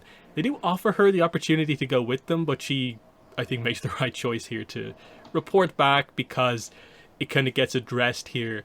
Like, Roku, you might feel comfortable kind of slightly going against Sozin, but to the rest of us, the chapter drop, he is the future Fire Lord. We have to kind of be respectful. You are the only one with that kind of magical relationship with him that no one else seems to be able to achieve. And that's kind of an arc, as we'll get into going forward, is kind of Roku kind of in a way learning to realize and accept that he does have a super special relationship with Sozin, and he has to try to see it from other people's perspectives, that he is not the same person to Roku as he is to everyone else. That's like a big part kind of this chapter, basically. And that is effectively the whole point here. It's the goodbye to Ta Min, and then that point about Sozin is what happens here. So the Roku and Gyatso head off in the bison as Ta Min reports back to Sozin. So what are your thoughts on this chapter? Yeah, I mean, I think this is, I don't know, it's a sudden stage of the perspective of, Sozin from Roku, Sozin from Ta Min, Sozin from everyone else, and, just sort of how he's going to come to terms with this in the future. Because I think it's, he's so sort of laid back that he necessarily doesn't think about all of these things in this sort of way, which up until this point has been fine. But now he's his life has changed. It's made a sort of different sort of trajectory here. So he's having to sort of confront these things in sort of real time, and sometimes he realizes it ahead of time, sometimes he doesn't. But no, I think it's this is sort of, your classic sort of, the avatar or the young avatar is going to sort of, do something, go on their adventure, do it in sort of a different way than, sort of what has been necessarily prescribed. And he has, it's not a full trio, but at least he has a duo here in terms of Gyatso, in terms of, wanting to go on this sort of journey here, even if it has sort of a rocky start, trying to get sort of Lola, via the bribing and everything like that. And yeah, so sort of, idea that this will sort of be his sort of way of getting better in touch with his sort of airbending, which, Roku sort of, is this a good thing to do? Is this not a good thing to do? But he doesn't necessarily have a better way of doing this that won't take months and months. So at least he has some way to do this, which is how things. Mm. Yeah, and then there's that interesting world building reveal here that because Gyatso's connection to his airbending is a bit rocky, his connection to Lola is also rocky because I guess Sky Bisons are airbenders, and so he needs to fix that connection to kind of get back to the same relationship he used to have with Lola. So this is why Lola's not listening to him and only responds to the food. Fun stuff there. And I think at an earlier point in one of the chapters, we got the name of Disha's bison is Amra. So more named bison is always nice to get. But we move into chapter 9, Ash in the Air. Back to Sozan's point of view. It's a shorter chapter once again, but again, there's super interesting information here because of, where's Sozan going? It's the shocking reveal here. So immediately we get the reveal. Like Sozan gets the report from Tommen. He was shocked that Roku refused initially, but happy that he has now agreed. But that, the Earthbender was hired by Sozan through Kozaru to attack Roku. But it kind of went a bit wrong. It was only meant to sort of scare Roku into getting involved. It wasn't meant to be an actual full-on attack that nearly succeeded as like an assassination. And Tommen was not meant to be involved in this at all. So they gave only like partial payment for the mission gone kind of slightly wrong. But it has achieved overall what Sozan wants to do. But it is noted that he would have felt bad if something happened to like Tommen at the very least. But the big reveal here is that we find out where is Sozan kind of, orchestrating this all from. He's at the Misty Palms Oasis because he's on his way to Wan Shi Tong's library in pursuit of even more knowledge. Basically, a lot of the other legends, he's going to the library to sort of get confirmation on are they true or are they just legends and kind of more made up. This is where he's hoping to get even more clarification on stuff. So he's right there. He just has a little bit more to go, and he's at the library, which is something I absolutely did not expect. I did not have that on my Reckoning of Roku bingo card. Sozan goes to Wan Shi Tong's library. We once again get the idea that his father was completely against this when he tried to go on this adventure before. And the letter he gets from his father at the end here, he doesn't even read it. It's just, you're wasting your time, blah, blah, blah.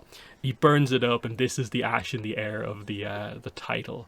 He's already gone against his father for the first part of the mission.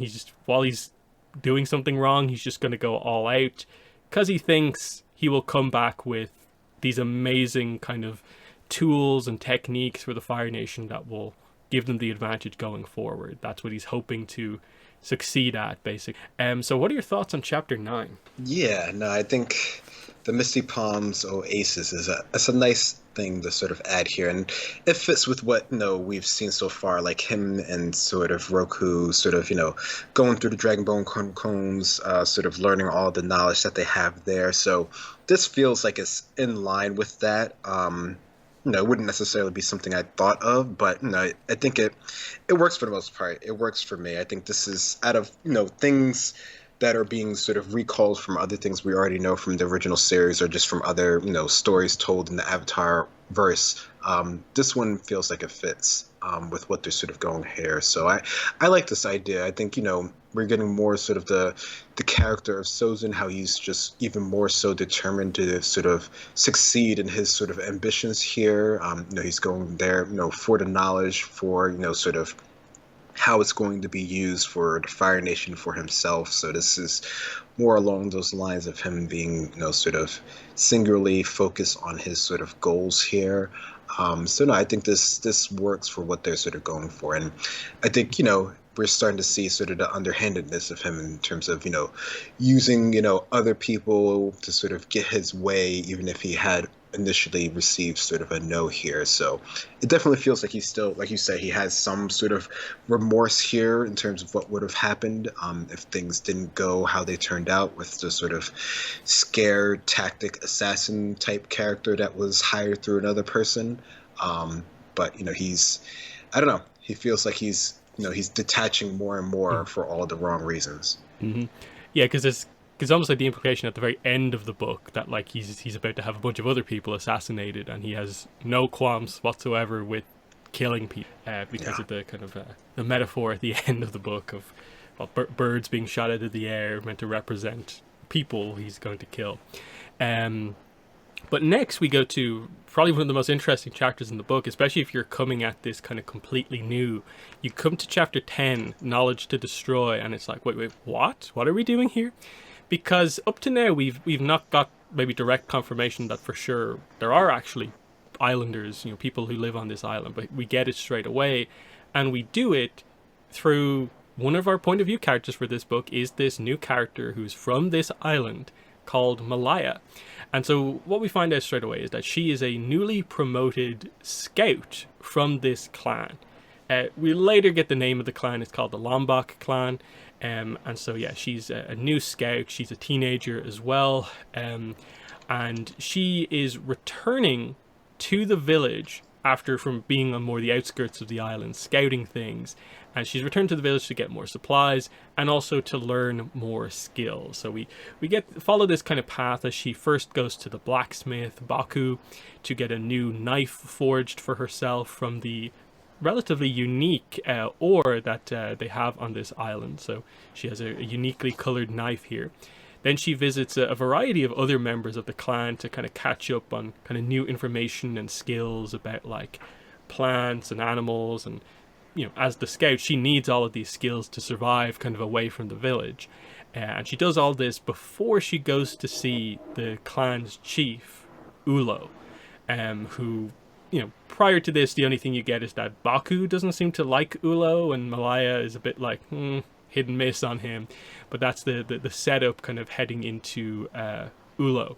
When she arrives at where Ulo is, he is telling one of the legends of the clan to the kids. This is the story of what happened to the Babayan clan, which used to live on the island, but the reason it's not there anymore is because apparently in the past it was wiped out by the arrival of some firebenders to the island. Malaya straight away notes that there are differences in the story in what he's telling the kids here compared to what she was told when she was younger about this exact same story. And she notes that this is the case with most of his stories.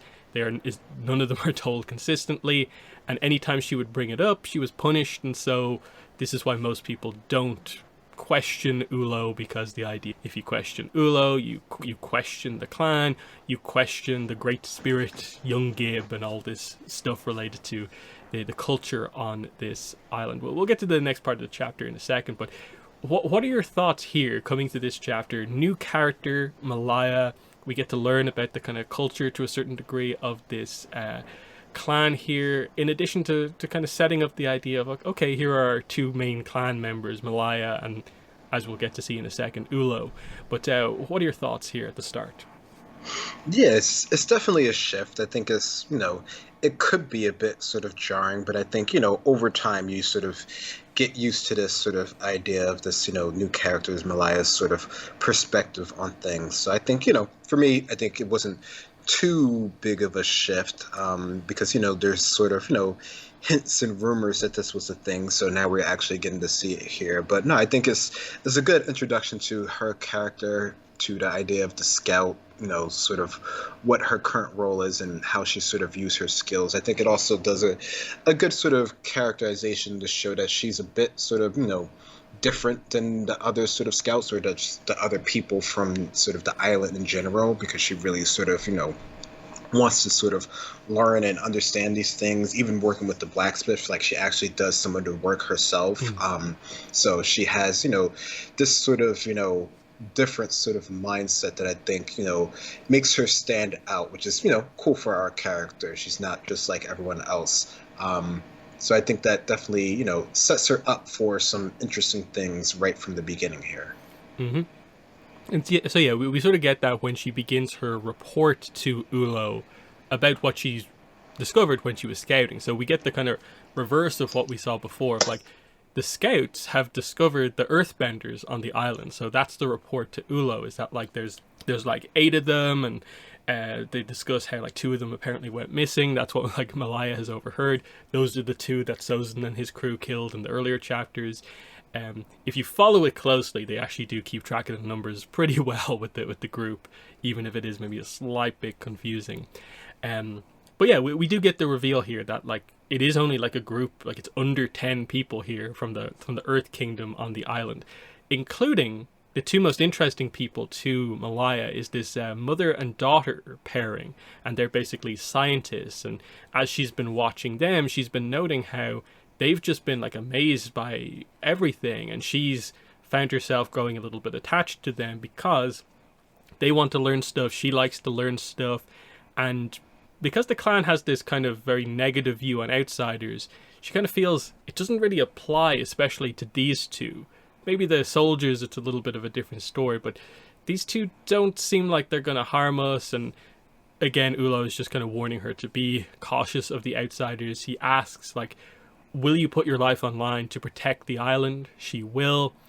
But she gets very worried when Ulo suggests that, if they're moving inland, maybe we need to bring the other scout, the older scout, Amihan, in on this. She feels that this would cause a lot of problems, and so she's hopeful that she can get them off the island without having kind of harm them, that they can sort of make them, kind of scare them in a way back to leaving. And that's her kind of hopeful end to the chapter, with the implication that there's been a lot unsaid here about the island's approach to dealing with outsiders, which we will get into here. But again, a very idealistic Malaya as we get here.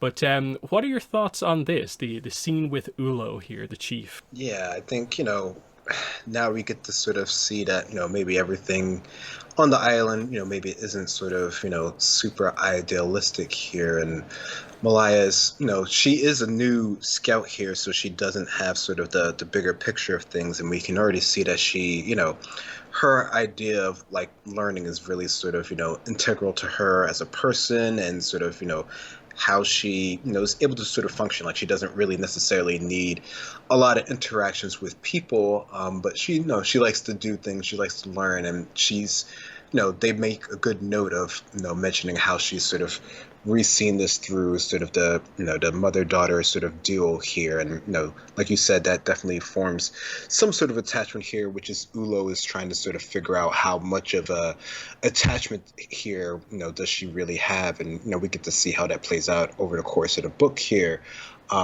But yeah, the whole idea of sort of, why they're sort of learning, sort of the knowledge to destroy, to seek info to destroy, even if it's maybe not necessarily them, there's the undercurrent that could potentially be, some reason why they're actually there. But, there's nothing sort of super explicit right now. She hopes that she can sort of get them away without any sort of bigger sort of confrontation, and we'll see how that turns out. And I suppose the final thing here is just what are your thoughts on the very clearly presented point of Ulo's stories have inconsistencies, like they change every time he tells them. Well, what was your initial thoughts upon hearing that, and kind of what's going on in the clan here? Yeah, so that can go a couple different ways. I mean, these, as far as we can tell, these are oral stories, and oral stories, over the years, over the time, they do have a way of sort of changing, because, not everyone's going to remember them one to one. And even though we get to see later on that they do have, some form of, more direct sort of visual sort of history, is still, is being interpreted by one person, right? And, everything is skewed from their point of view here. So there's definitely, some reason to be cautioned there. And it seems like there's at least, 2 people, that sort of have this idea that, maybe everything Ulo does isn't exactly, perfect. And Malaya herself is definitely, she's figured out these sort of inconsistencies here, but it's been, so much so that, she's no, she's gotten to the point where she's not sort of questioning them directly, even though she is still sort of thinking about it. So it definitely can go a couple different ways because, until it becomes more sort of, I think, sort of nefarious, you could be like, oh, no, maybe that's just sort of, how he's telling it, just to sort of embellish things, to sort of make his point across, almost sort of like sort of what Sister Dish is doing in terms of the whole detachment thing for Roku. But, eventually we get to see that there is a bit sort of more to it. And I think, that's when it's almost too late to do anything. Mm. Yeah, there is a bit of the kind of element of the, is it a clan or kind of, is it a cult kind of coming into play here a little bit in terms of, they'll ultimately over the course of the book go on to compare Ulo to Sozin as leaders who kind of do what needs to be done to be the leader in charge. And the kind of control of information from the clan chief here is the thing that's being debated here to kind of keep people in control. And as we find out, like as the book goes on, like Ulo lies about so much that like I think every individual person reading this book will have very different interpretations about what if anything is true about the clan, because a lot of it is made up, but there's clearly truth to certain things. In that, like, certainly I get the impression that in the past outsiders came in and like killed some people. Did it happen in the way that they explain later on in the book? It's hard to say, but we'll get to that when we go more into it. But it's the immediate setup of just sort of like the new kind of idealistic character doubting things, and then like we get a lot of Ulo focus, and like here's the guy who's full on like orchestrating this. It's you get both sides of it, and I think that's an interesting portrayal of the island, that it's not just a mystery that happens at the end. We're here 10 chapters in, and we're here, and we're gonna have a lot of chapters here, and I think that's a good choice overall in the book. So yeah, that's chapter 10. We'll have another Malaya chapter in just a second. But next up is chapter 11, which is called A Lovely Meandering Tour. So here we see the mission has started. It's Roku and Gyatso hanging out. They begin to bond on their journey to the Mystery Island. So there's a lot of flying. They land, they camp out, they move on, because they have to locate where it is. It's out in the middle of the ocean, of course. You can't really see anything except, when you're on the island, you can't really see anything around it. So it's going to take a while to get there. At one night, Roku watches as Gyatso attempts to airbend. He does his training forms.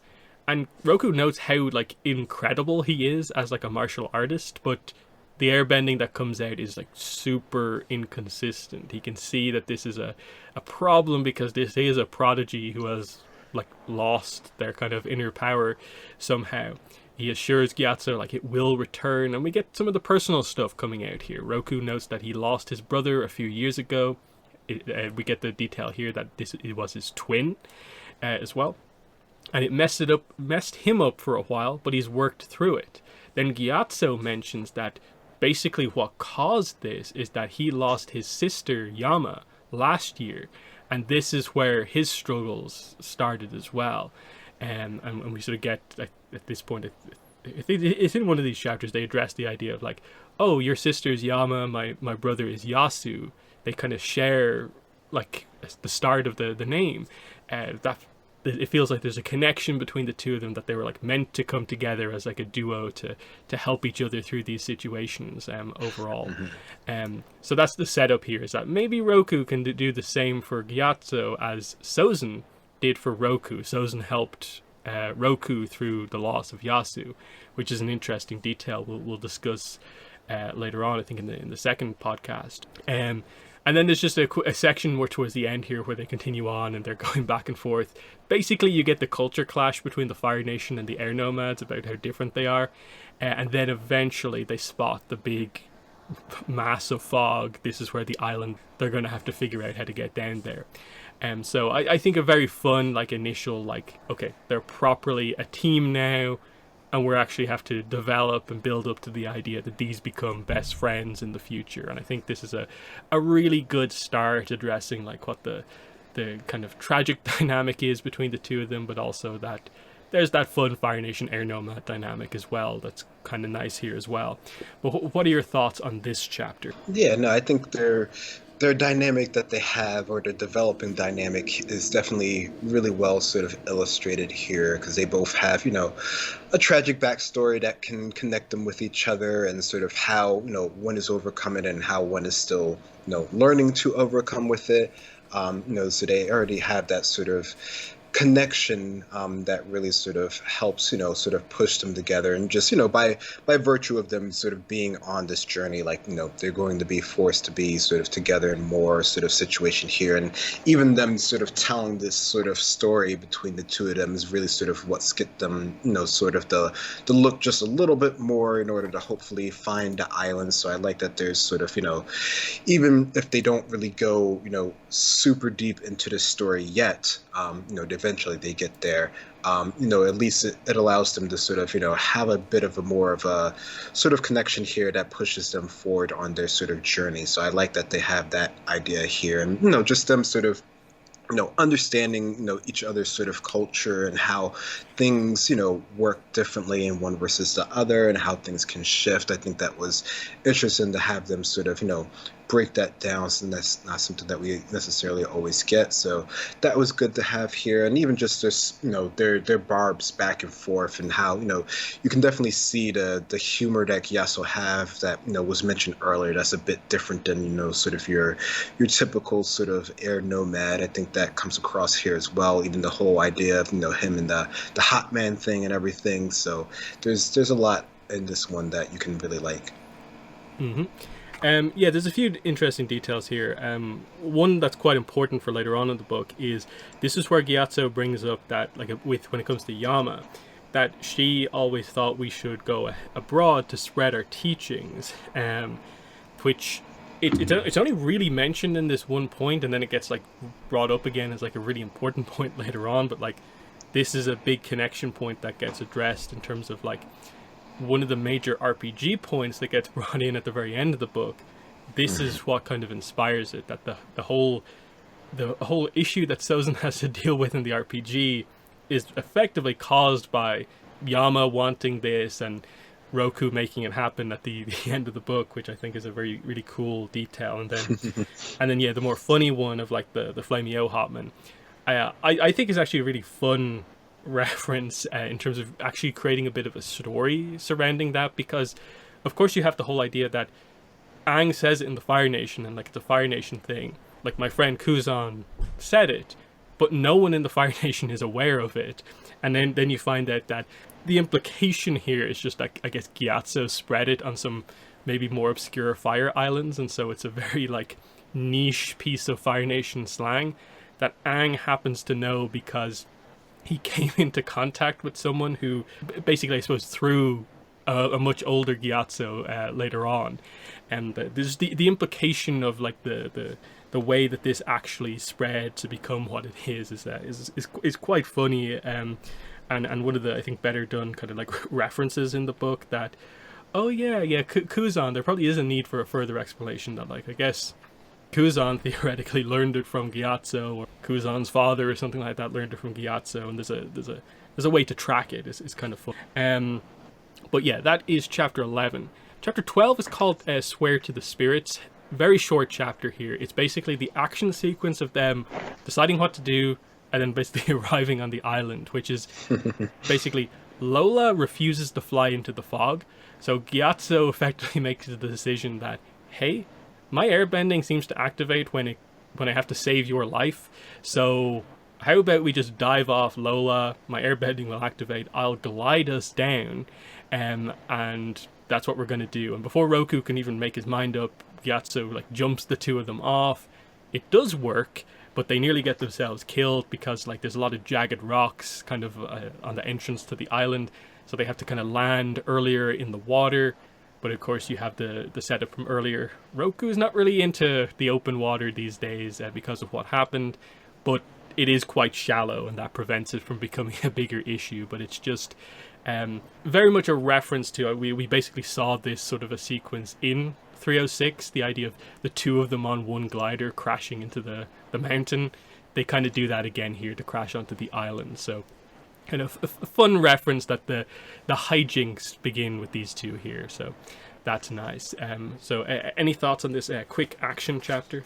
Yeah, no, I think this feels like the most sort of, an Avatar sort of, adventure type thing of just sort of, throwing yourself to the wind in order to hope for sort of the best here. And, it definitely, it feels like, something that would work perfectly in this sort of case because, air bison, they have their own mind. They're their own creatures. So especially with, Gyatso not having sort of like the strongest connection with his air bison right now due to, the block with his airbending and everything. So, I think that's a good note to sort of, mention and, sort of keep in line with what you said before in terms of, maybe if they had a stronger bond, Lola would have been maybe a little bit more willing to go into the fog. But, the way that they describe the fog throughout the whole book definitely makes it feel like it's almost like its own invisible force. Like it almost feels like, the fog of lost souls in terms of like how thick it is and how little visibility you can have in it.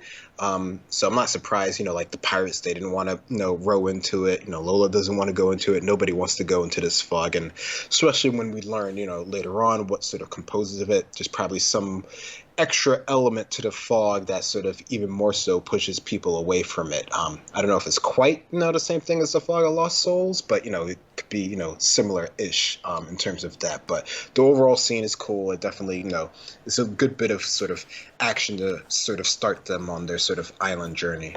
Mm-hmm.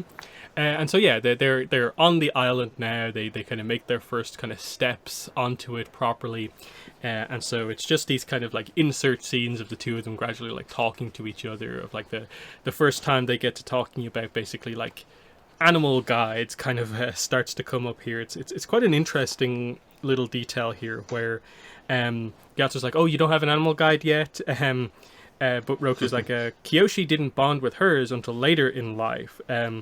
And then Gyatso notes, but Avatar Zito grew up with his dragon, right? So some really cool stuff there. We're like, okay, like Zito had a dragon. Like, we didn't know that before. But then the Kyoshi one is particularly interesting because it basically it kind of like it retcons. I wouldn't say a part of the Kyoshi books, but it retcons something FCE said heading into Shadow of Kyoshi, where he said in that book we would find out who Kyoshi's animal guide is. And I think most people coming out of that book were like, wait, what? Where did this happen? The spirit fox at the end that guided her to speak to Yang Chen, that was apparently meant to be her animal guide. But now this says that her animal guide she only met later in her life. So that the fox, I guess, either it's the same thing, but she only bonded it later, or it was a different animal. They seem to have made a slightly different decision there on that, which it's maybe for the best, but again, when are we going to find out what her animal guide was? That's an interesting concept there. But did you have any thoughts on that? Just the world building detail there, a discussion on animal guides?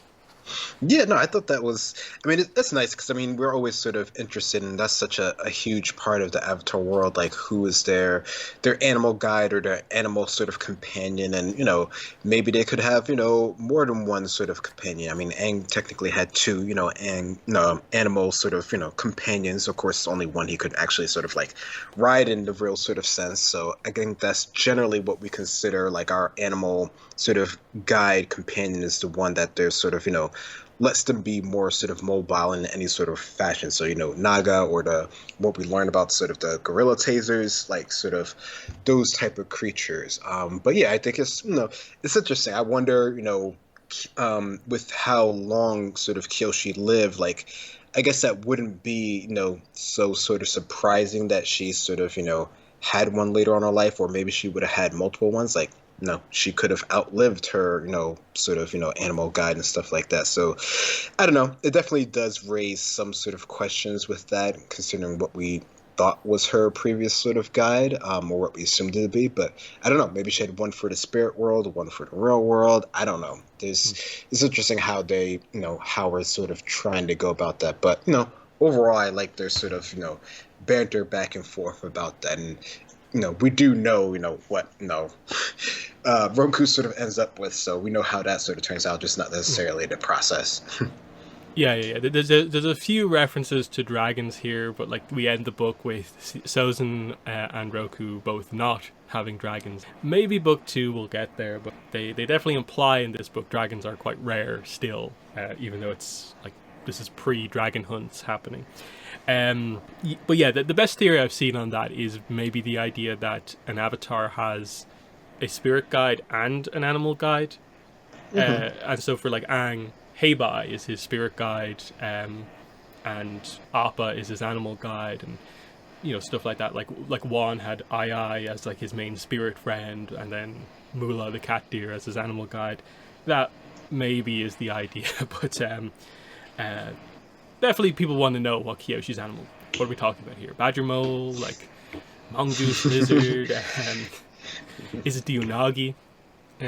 That would be an interesting one. But we have to wait and see on that. We do again continue to bring up the idea of like Gyatso pointing out like, and how are you going to do the negotiation with the Earth Kingdom without starting a war? And Roku being like, I'm not actually sure. I'm just going to see what happens, and if they refuse to negotiate, I'll deal with it. Like, as in, a fight might have to happen, and he's maybe prepared for that, but he doesn't actually know what's going to happen. So, it's they're going into this without too much of a plan. There's an interesting scene where like Gyatso sort of pranks Roku by like, oh, I'll do some airbending training with you, and it's like a trust fall type thing, but Roku just falls to the ground, and Gyatso's like, so the lesson here, just wait for approval from your airbending master to start your airbending training. Don't rush. And then the chapter title refers to this kind of idea, like Gyatso asking questions to Roku about like, hey, are you into plants or animals? And Roku's like, yeah, I'm not really a plant guy or a bird guy. I'm more of a dragon guy. And Gyatso laughs at this because like, of course you'd consider yourself a dragon guy. But no, you're someone who like thinks you're a dragon guy, but you're not actually one. They just get to that, but then they eventually find the path. So again, the banter here towards the end is quite nice. You can see them kind of getting to know each other and their senses of humor.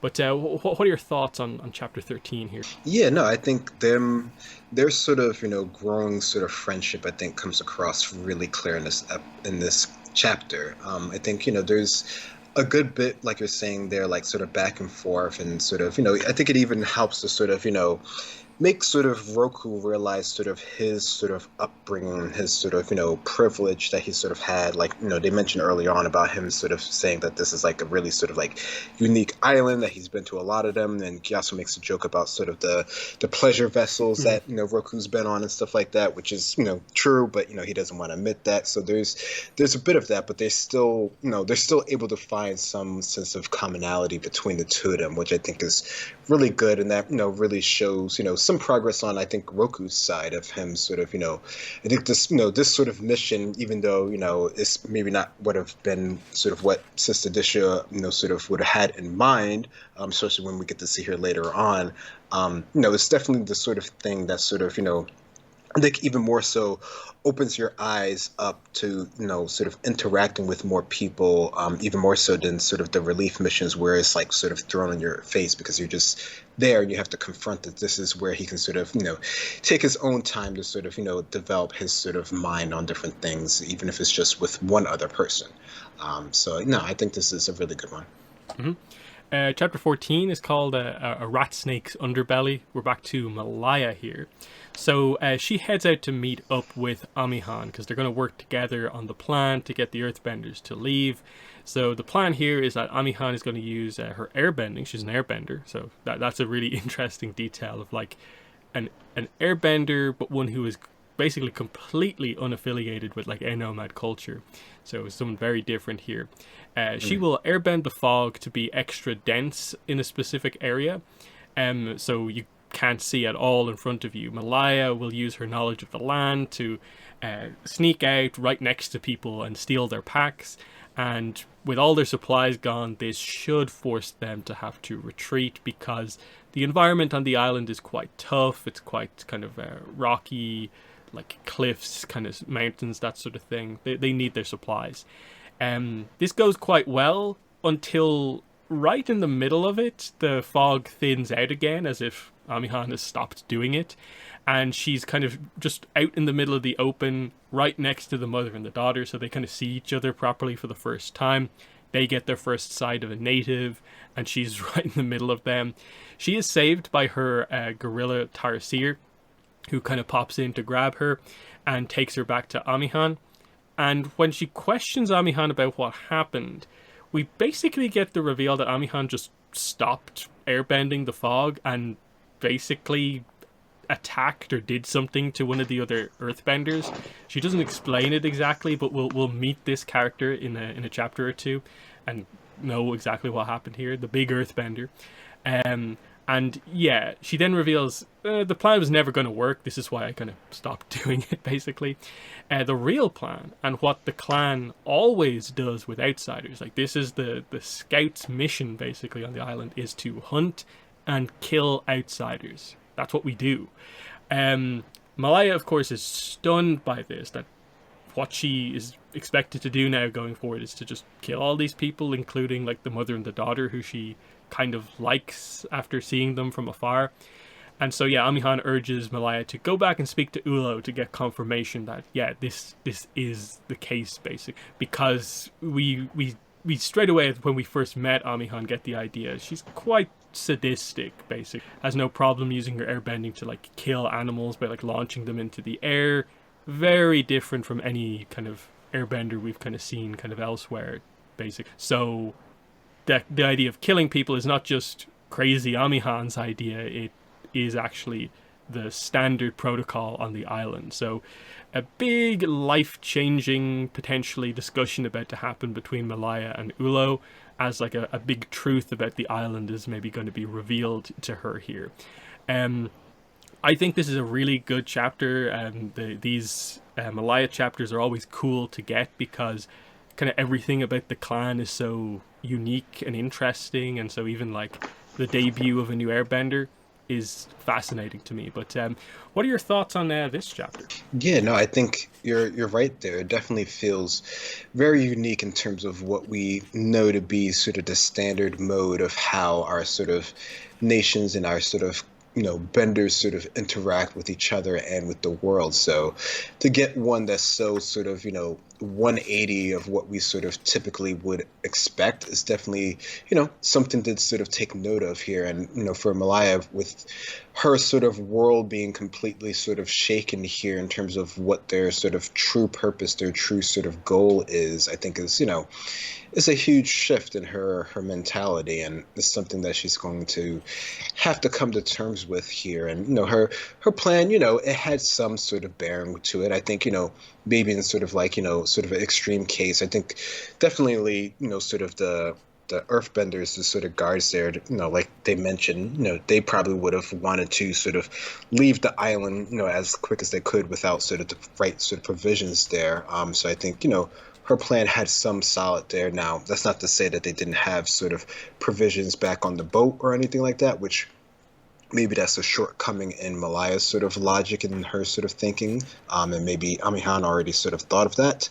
But yeah, definitely, it feels like there's a lot sort of going on here and needs to be sort of revealed.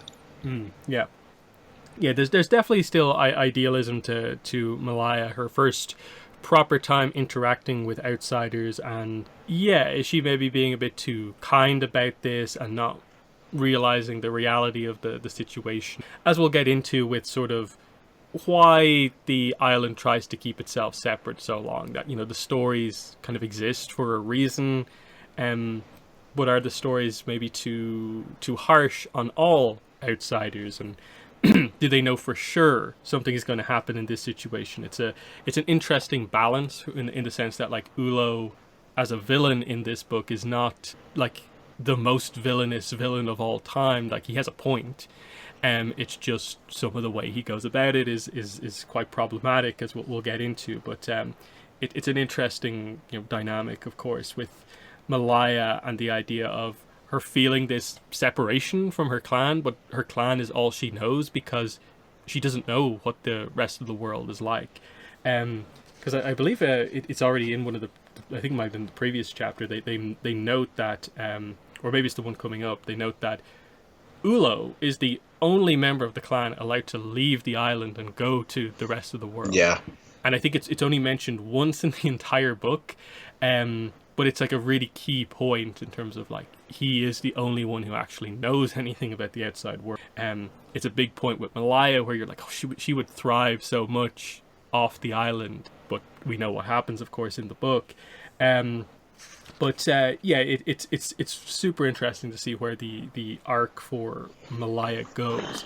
And then Amihan as the unique airbender, twisted sense of humor. And she's interesting because she may show up in the next book as well. We don't know what the situation is. But the final chapter we're going to cover for today is chapter 15, which is called A Hurt So Deep. So we're back with Roku and Gyatso. So they found the tracks of the Earthbender group, basically. And this causes a lot of suspicion about what they're seeing on the island compared to what Sozin basically reported. Because from the report, that would suggest that, okay, the full Earth Kingdom is trying to claim an island. So surely there's an outpost, that there's quite a large amount of Earthbenders on the island. But the tracks suggest only like a small scout group, basically, which is what it actually is. So this is where the first time it really comes up, this idea of, has Sozin lied to Roku about this? And sort of why has Sozin kept some of the information back or presented it differently? There's nothing really maybe exactly to go off right now, but this will continue as we go on and we learn more. We then switch to discussing Gyatso's airbending once again, with Roku explaining that he, over the years, has found a way to kind of deal with the kind of pain over the loss of his brother, but it still exists, basically. Whereas Gyatso notes that maybe an issue with the air nomad way of kind of dealing with grief, where because they're all about detachment, they're very much like meditate and let it go, but he can't do that. That's why this has persisted. He can't airbend. He can't let it go because he doesn't want to like stop loving his sister even though she's gone. And Roku understands this because we bring up the idea of a lot of the common tropes, the commonly said things to people dealing with grief, and sometimes it helps, sometimes it doesn't. Roku and Gyatso both want something a bit more meaningful said to them. And so Roku manages to say the right thing to Gyatso here. He tells Gyatso to figure out what it means to love her when she's no longer with you. And this actually hit Gyatso quite hard, and he's like, wow, that was kind of wise. Like you might actually make a good avatar one day with wisdom like this. And again, this is sort of a point in the book that this kind of goes full circle as well, and we'll acknowledge this when we do the flashback into Yasu's funeral, and kind of what was or wasn't said to Roku. At the end of the book, the speech that Roku will give, like this stuff all kind of comes together, like it's well constructed. And this is the first big thing of like, oh yeah, Roku, you're saying something right here, because this is a key part of his life so far, is dealing with the loss of his brother. But what are your thoughts on this chapter? Yeah, I thought this was really good. I think, this is one of those moments where Roku is really sort of, he's able to sort of speak from the heart here, and he doesn't, when it's something that he really sort of understands and he's had to deal with directly, he seems to be able to, sort of find the right sort of words, the right sort of sense of encouragement, because, he's been at this sort of place of struggle, right? So like this is something that he has a better sort of connection with. The other things that he's, had to give in a speech for so far is, for him and his sort of upbringing is something that's pretty far removed. And these are sort of his, first instances of maybe sort of helping people in these sort of, disaster sort of situations. But, with this and sort of the loss of a family member, a very close family member, that's something that he really sort of, can connect with. So I like that they have this sort of moment together. This is when, they actually sort of get the story out that they sort of held back with, a couple chapters ago. So I like that this is, the moment where we actually get to see sort of, Roku sort of able to sort of really sort of lead into his sort of, his wise advice that he can give to, someone who's a bit younger, not that much younger, but at least a little bit younger in terms of, sort of this, dealing with these sort of situations here. And they're able to sort of have that sort of moment here, which, also leads into a little bit more on just sort of Roku and his sort of, other sort of attachments that he has. Mm. Yeah, that's a good point. They do address this kind of earlier on in the chapters of just like, hey, do you want to talk about this more? No. Do you want to talk about your thing? No. And then they come back to it here. It's kind of realistic because they don't know each other as much in the previous chapter, but they're more comfortable talking about it now. And of course, it will continue as we go forward because at this point, like, we still don't have the story of like what happened to Yama. We still don't have the story about what happened to Yasu. These are going to be like the key points as we kind of go through here, because otherwise you would say Roku and Gyatso, without those kind of tragic backstories, their arcs are like relatively simple of like deal with a problem with your powers, and then Roku the general confidence becoming the avatar arc. But when you add the kind of emotional kind of situation of like they each are dealing with the loss of a sibling in the past, it's quite interesting, which I probably should bring up at this point, actually, because this is quite an interesting point. When Gyatso talks about, his sister, did you interpret that straight away as, like, this is his biological sister, or did you initially think it just meant, like, air nomad sister? Yeah, that's a good point, because initially I probably did think it was more sort of sister, and then I was like, wait, no, it's more air nomad sister because of how, the culture and it raised. So it's definitely, I don't know, it's an interesting one to think of because of how, at least how we thought, their culture and how, they're separated until, they need to. So I don't know. That's definitely, something. And it's interesting that he even has that sense of, attachment, right? Because of how, their general sort of upbringing, and even him himself, he, Gyatso notes that like he can understand the sense of detachment in everything else except for this one thing. This is the one place where he sort of struggles with that, which, is interesting considering, his future pupil was also one who struggles with very sort of similar things as well. So I wonder if there would have been some way to, if they had a way to get like advice or something like that, how that would have turned out. But that is a very interesting thing to note, of just the fact that Gyatso even has this sort of attachment that you wouldn't necessarily think that air nomads would have. Mm-hmm.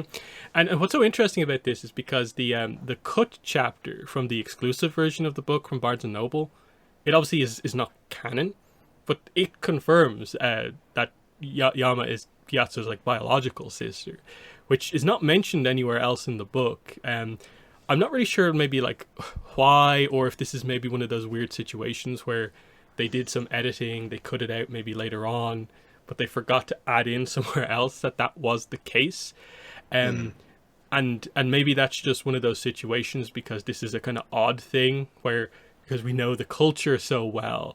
And I think especially because of the Yang Chen books, and we're like, Yang Chen's sister Jetson, even though they're not related, like that especially kind of gets in the way. But no, it is actually like siblings, because the cut chapter talks about like how, Gyatso's like, oh yeah, I know the people who like gave life to me and my sister, but I don't care about them in the same way that maybe you do because of the way our culture works. And it's interesting what's in there versus kind of what isn't.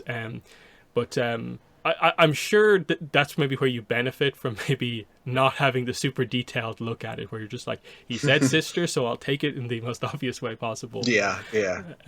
Whereas we're like, actually. Because I was doing my analysis videos before I read the cut chapter, and I was 100% like his air nomad sister, and it ended up being the other way.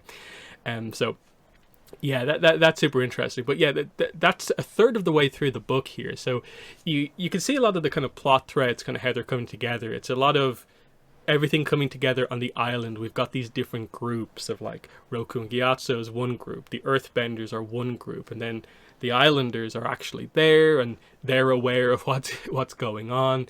And then separate to all of this, Sozin is off on his own mission. He's going to Wan Shitong's library, but as we'll find out, that is then going to lead him back to the island. And so everything is just going to come to a head with a big confrontation on this island. as we get into like the ritual, we address the whole spirit young Gib situation, which I suppose we probably should briefly discuss now. Young Gib has been mentioned a couple of times so far in the chapters, but maybe a little bit out of context so far.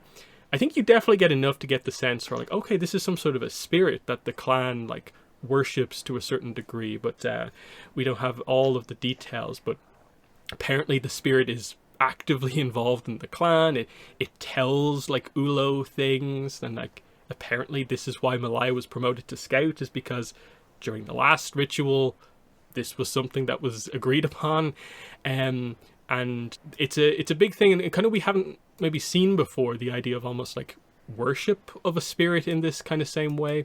What were your thoughts on that concept of like the clan having young Gip as like their associated spirit? Yeah, I think it definitely adds a different sort of element, a different sort of feel, more sort of, you can almost say religious feel to, sort of this, story in the Avatar world, which we generally don't really have in that sort of sense. Like the spirits are still, very much sort of revered in sort of their sort of place in the world, and certain cultures, at different points in time in the era, respect them more or less, depending on how far we go into the future and stuff like that. But here it definitely has a stronger tone of reverence to it.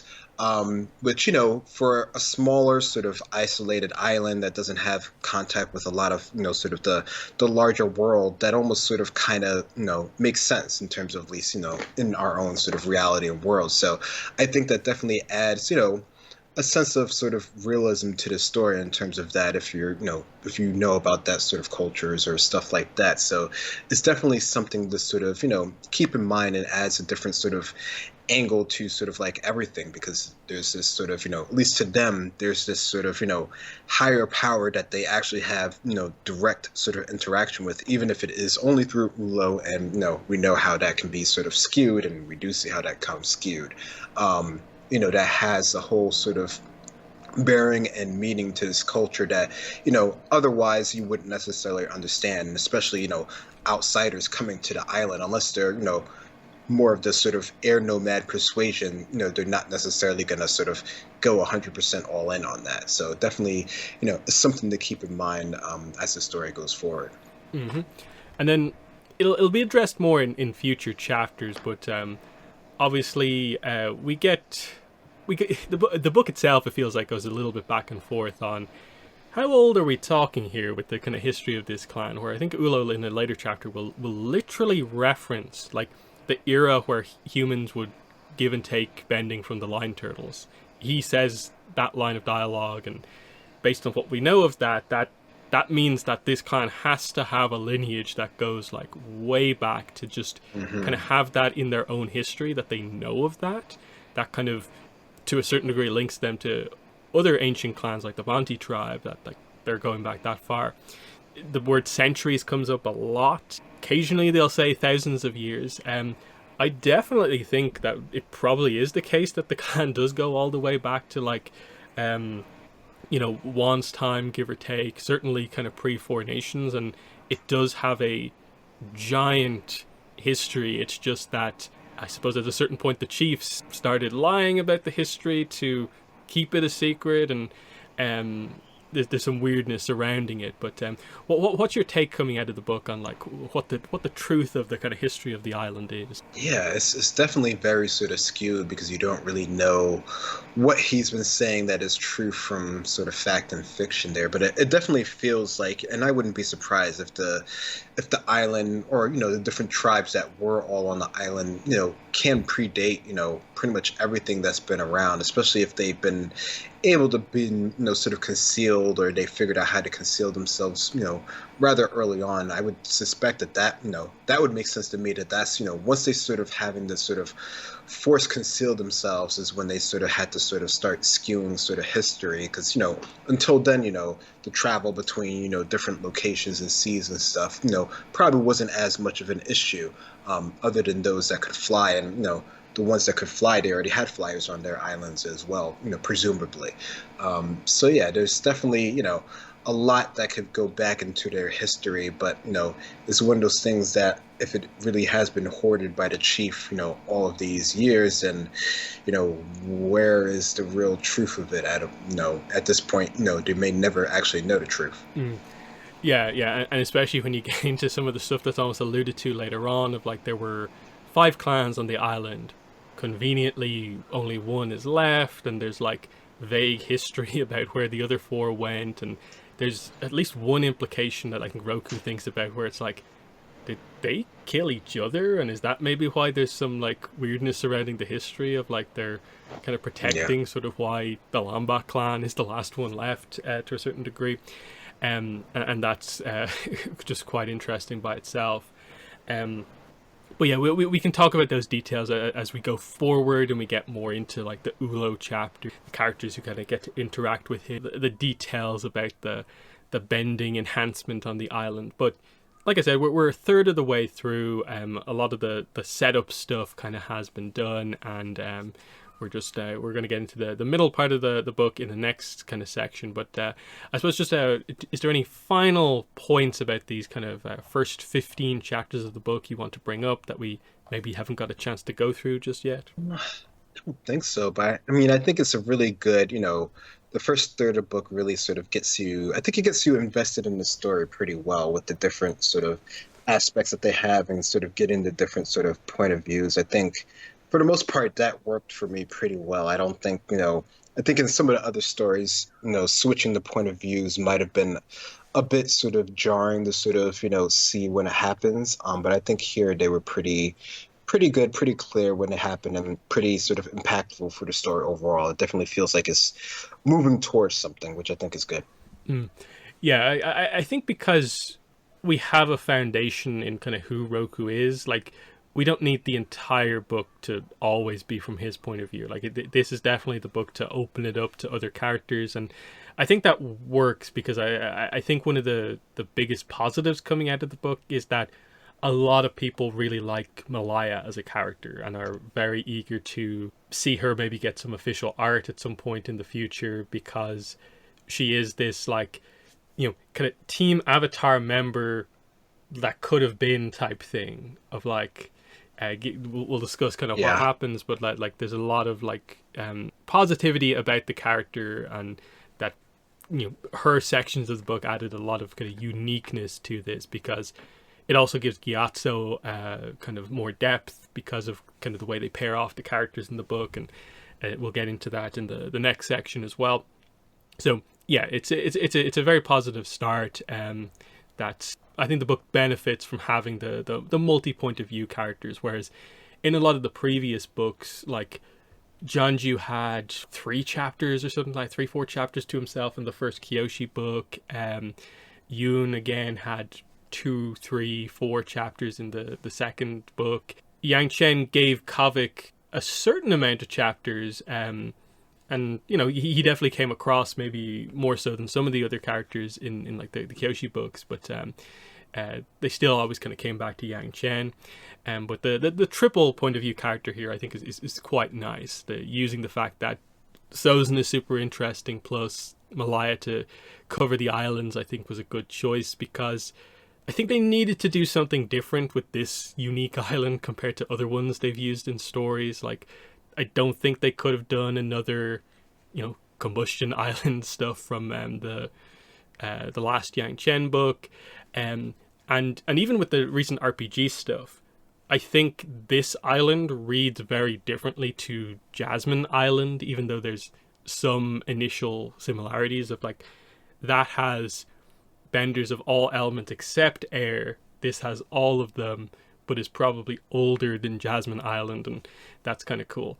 But yeah, the next 2 episodes of the podcast will finish up the coverage on Reckoning of Roku, and then we can finally get back to the Avatar and Korra rewatches. But otherwise, that has been episode 278 of the Avatar Online podcast. It's been myself and Greg. Thanks for listening, and bye.